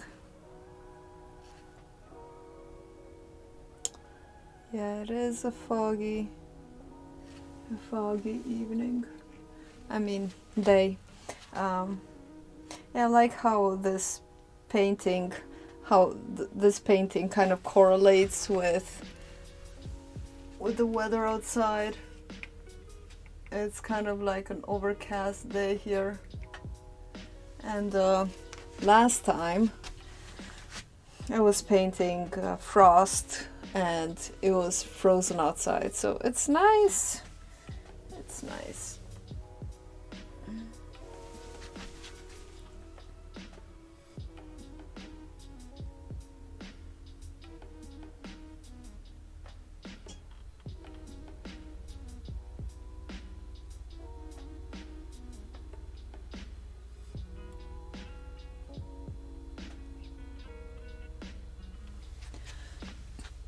Time to paint sun for San Diego and warm.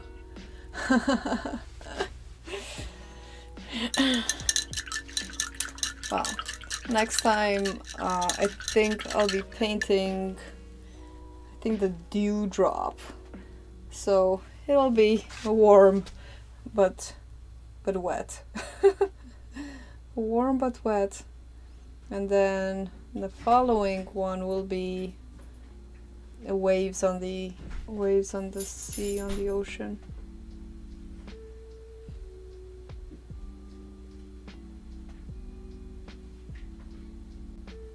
You should take the butter out. What? You should take the butter out. I know. That's what I was just about to do.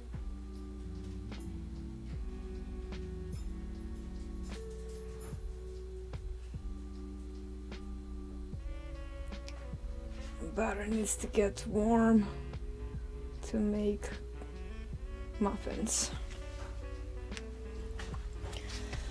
Alright, I don't know if I have it in me to do anymore. Yes, I do. I do. Let me look at it from the distance. What can I do? I can refine the rest on the boat. But even if this is all that we do in class with the students, it will be enough.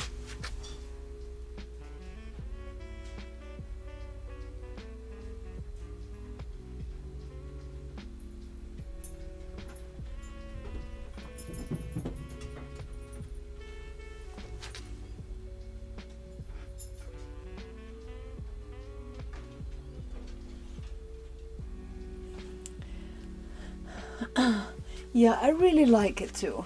That's why I chose this this reference photo. I think it's very, I don't know, it looks a bit mine looks a bit flat. I wonder why. I think I know why. I just need to darken the bottom to make it a little more three-dimensional. It's too flat, I think.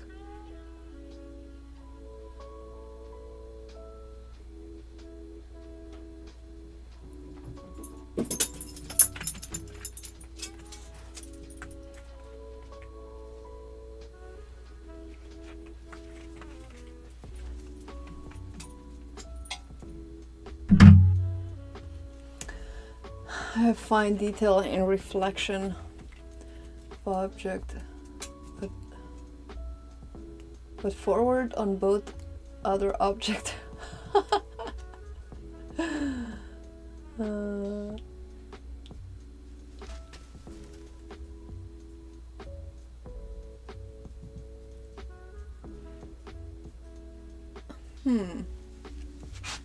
Patches?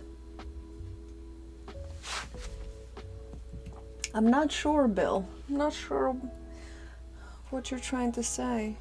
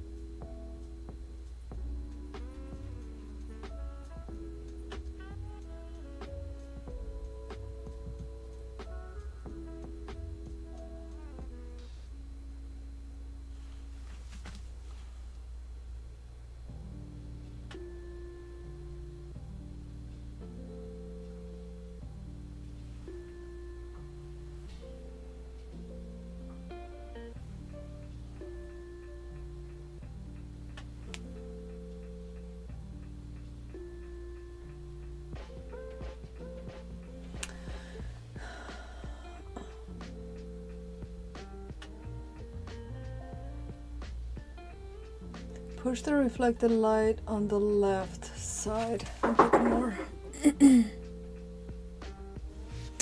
To contrast with the right side, which is more in the shade. Yeah, I agree.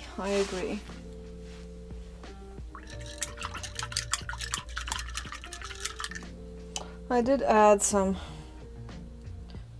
dark to that, but I need to add more dark. Darken this side a bit more, right?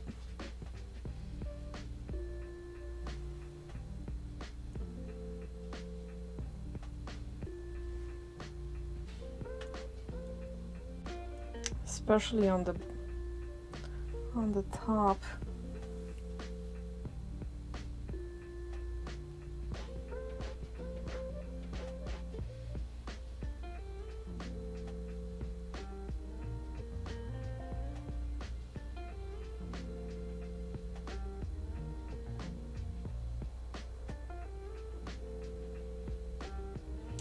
Alright, I'll have to paint over the drips and then redo the drips.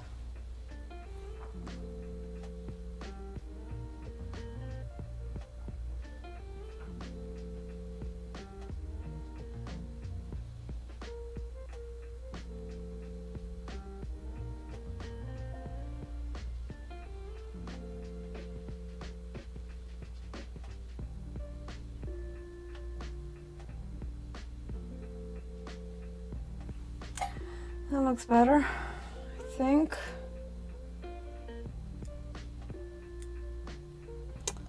Oh, I should have just done the reflections with that color.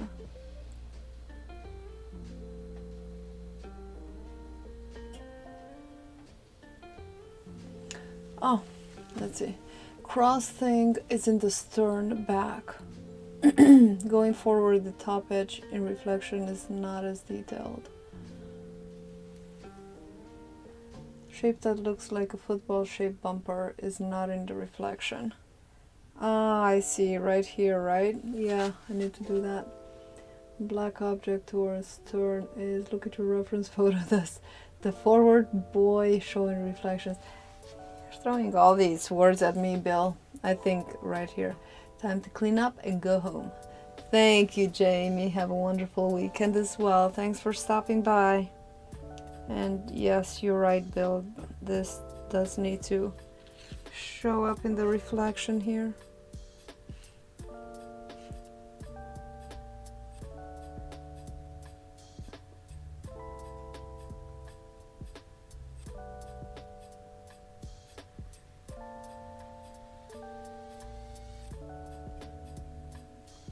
That's better. Oh, and this thing there, right? Nothing there actually doesn't show up in the reflection. But maybe I can add a little bit of more black.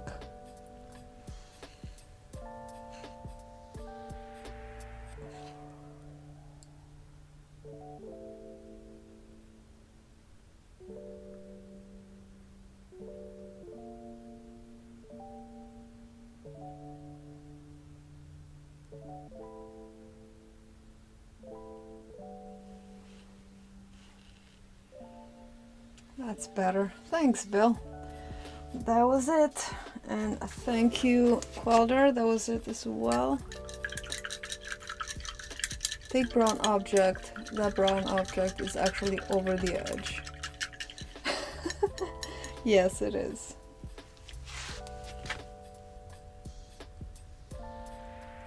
See, you can see it much better when you're looking at it from the distance. I'm so up close to it.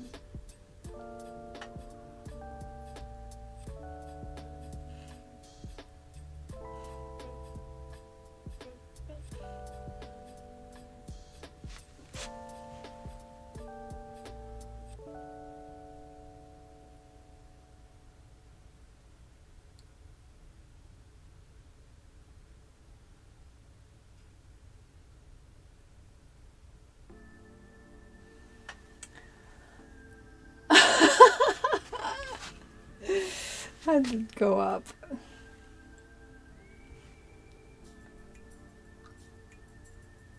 Oh, I see. I did it a bit, a bit. That stick is on the other side.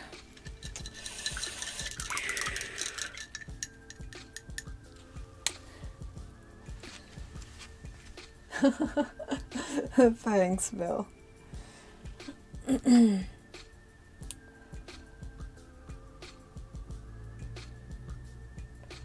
Thankfully, I can still use this watercolor to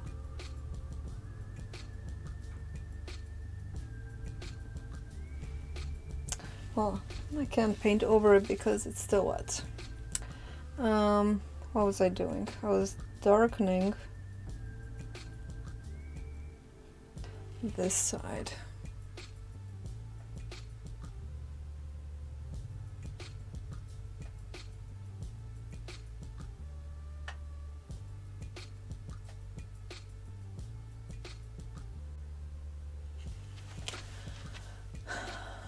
Professional nitpicker.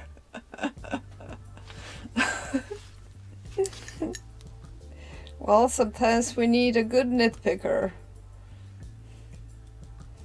to see good eyes.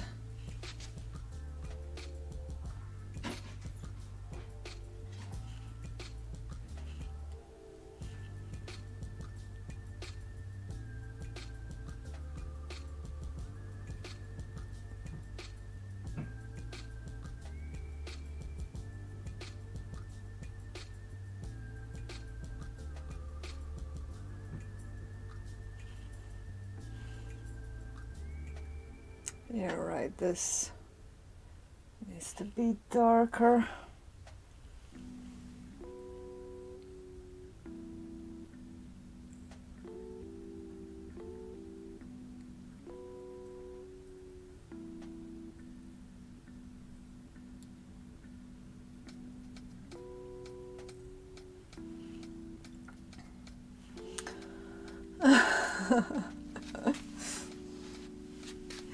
All right, let's do those drips again then. Let's get some black and red and this rusty color. I'm gonna dilute it with some water to make it flowy. Be able to make some nice long drips. Maybe it's a bit light. Let's add some more black.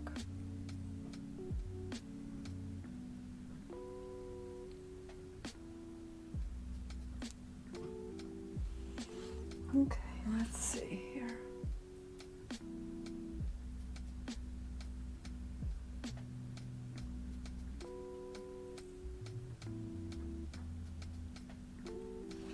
Need to be darker. More black.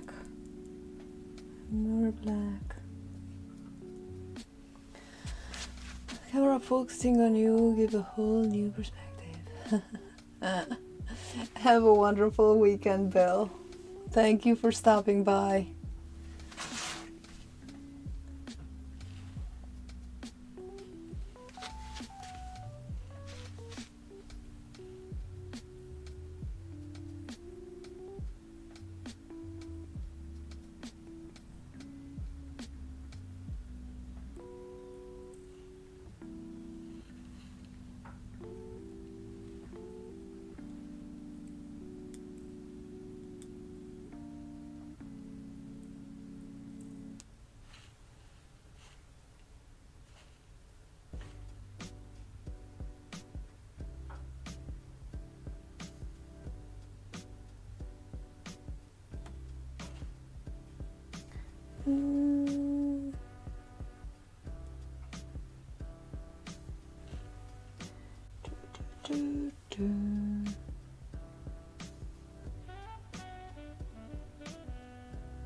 Nice jazz vibes.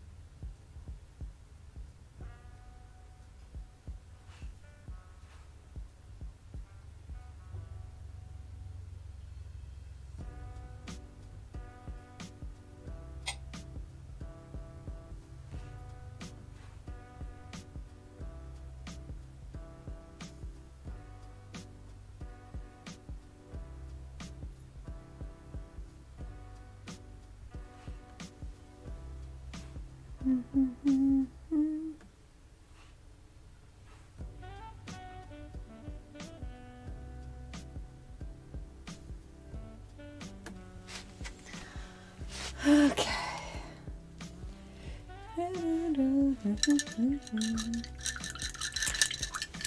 All right. I think I'm gonna leave it like this. Not before I sign it though. I think I like it enough. I would work on it some more, but my feet hurt and I don't know, I just can't paint as long as I used to. I get tired. My heels hurt. All right, I'm gonna sign it and sign off. I don't often sign my work.